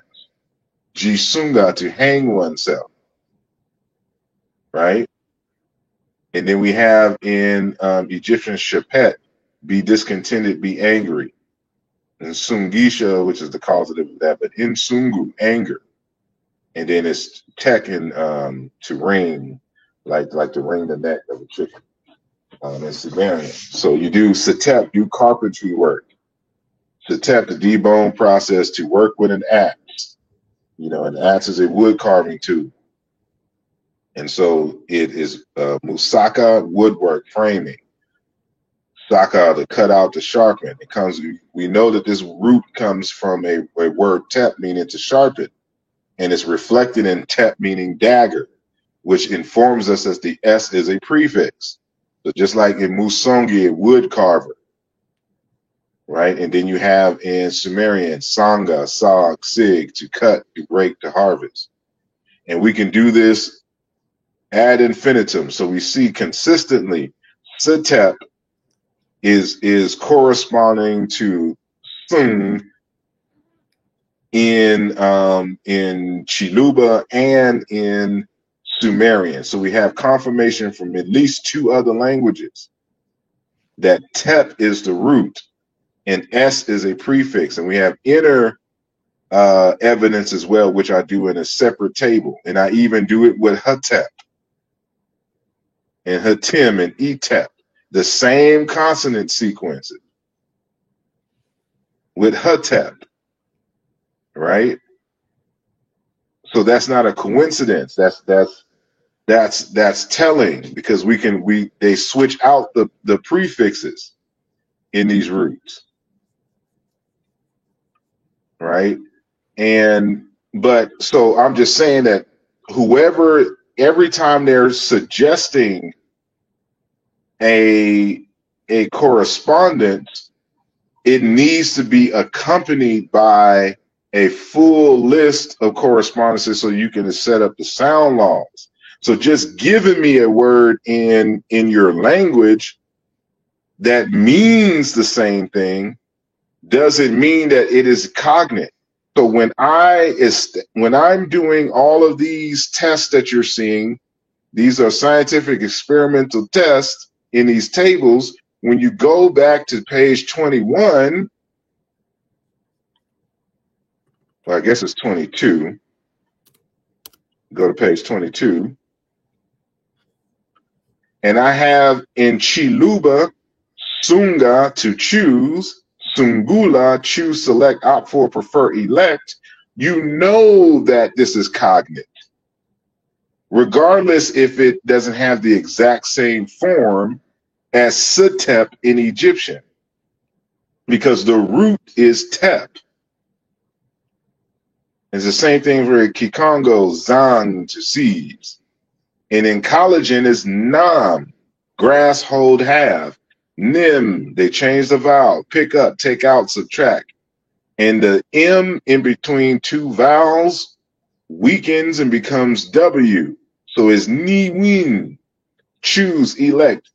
N becomes L, Li Win, choose, elect, decide, select, sort out. These are cognates, but they don't look alike. And that's the problem with a lot of these suggestions with Mboli. He's laxed on the words. He's looking for words that look exactly alike. This word here, niwin in collagen, is cognate with setep.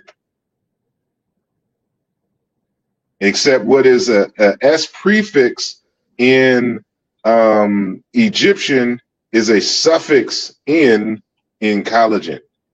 Same grammatical form, same grammatical word or morpheme, different positions and different pronunciation.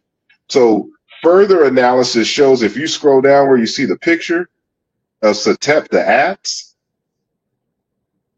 there's tables I didn't show, but that you'll see at the beginning.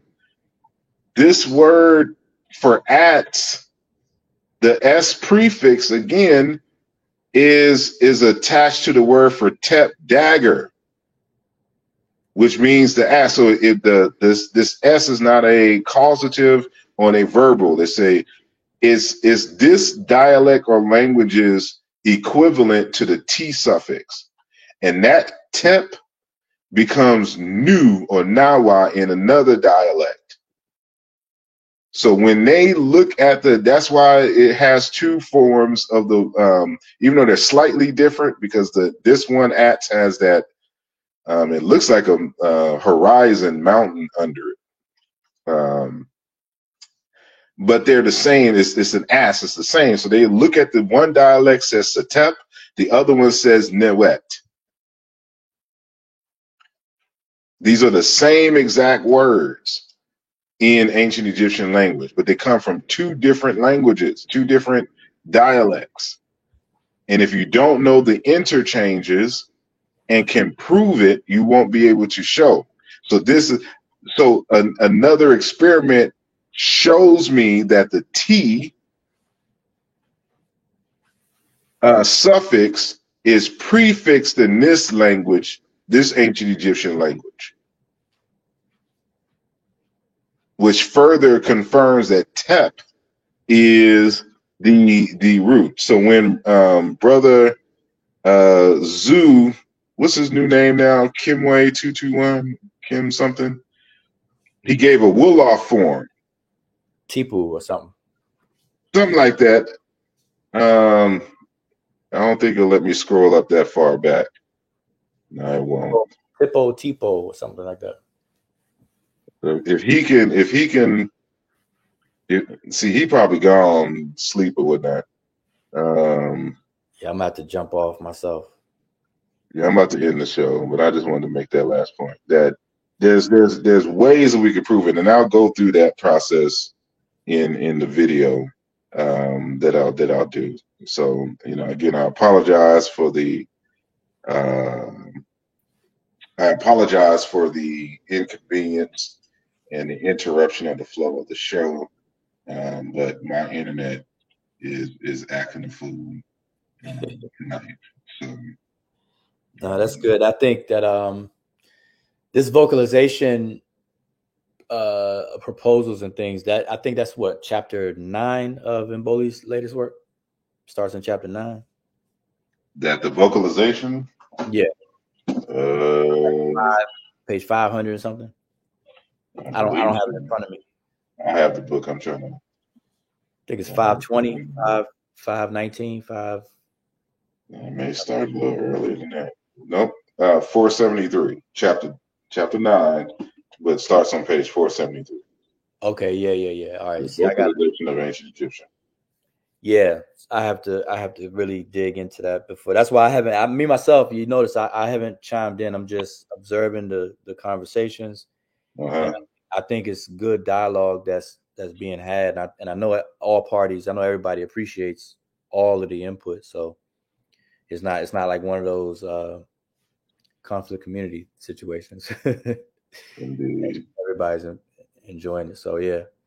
But I appreciate the presentation. So you said part 2. I guess I'll be tuned in to see it, and then it would be good that I guess once these presentations are done, if Mboli's willing or something, maybe he can clarify or show in a more concise way by picking a particular word, probably use Satep at the same time, or a different word to kind of show in a more summary way, or kind of like a step-by-step thing for it to be clear. I know a lot of people are maybe not familiar with his latest work yet.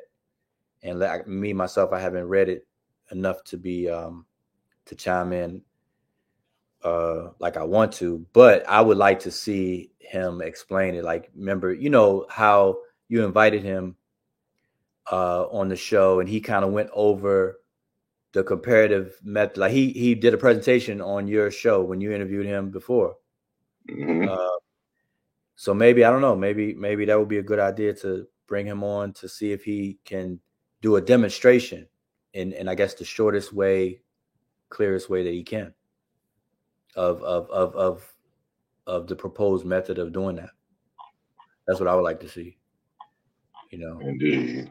So maybe we'll see. Maybe he'll listen. I know he definitely said he's going to check out what you're doing now, and then kind of give some commentary on it and create a conversation. So maybe that'll be part of it. Maybe we could convince him to do that. Indeed. But all right, but I appreciate it. I'm gonna get out of here now. See you. Appreciate you let me on. No doubt. All right. Peace. Well, I appreciate everyone for listening. Again, sorry for the technical difficulties, and I will be doing this over, and I'll probably just pre-record it so it just gets straight into it, and hopefully I'll be better able to see what it is I'm talking about. But again, you can download the document, and you'll be able to go through it once I upload the other video. So thank you for your time. Make sure that you like the video, share, and I will see you all next time. Y'all be easy. Peace.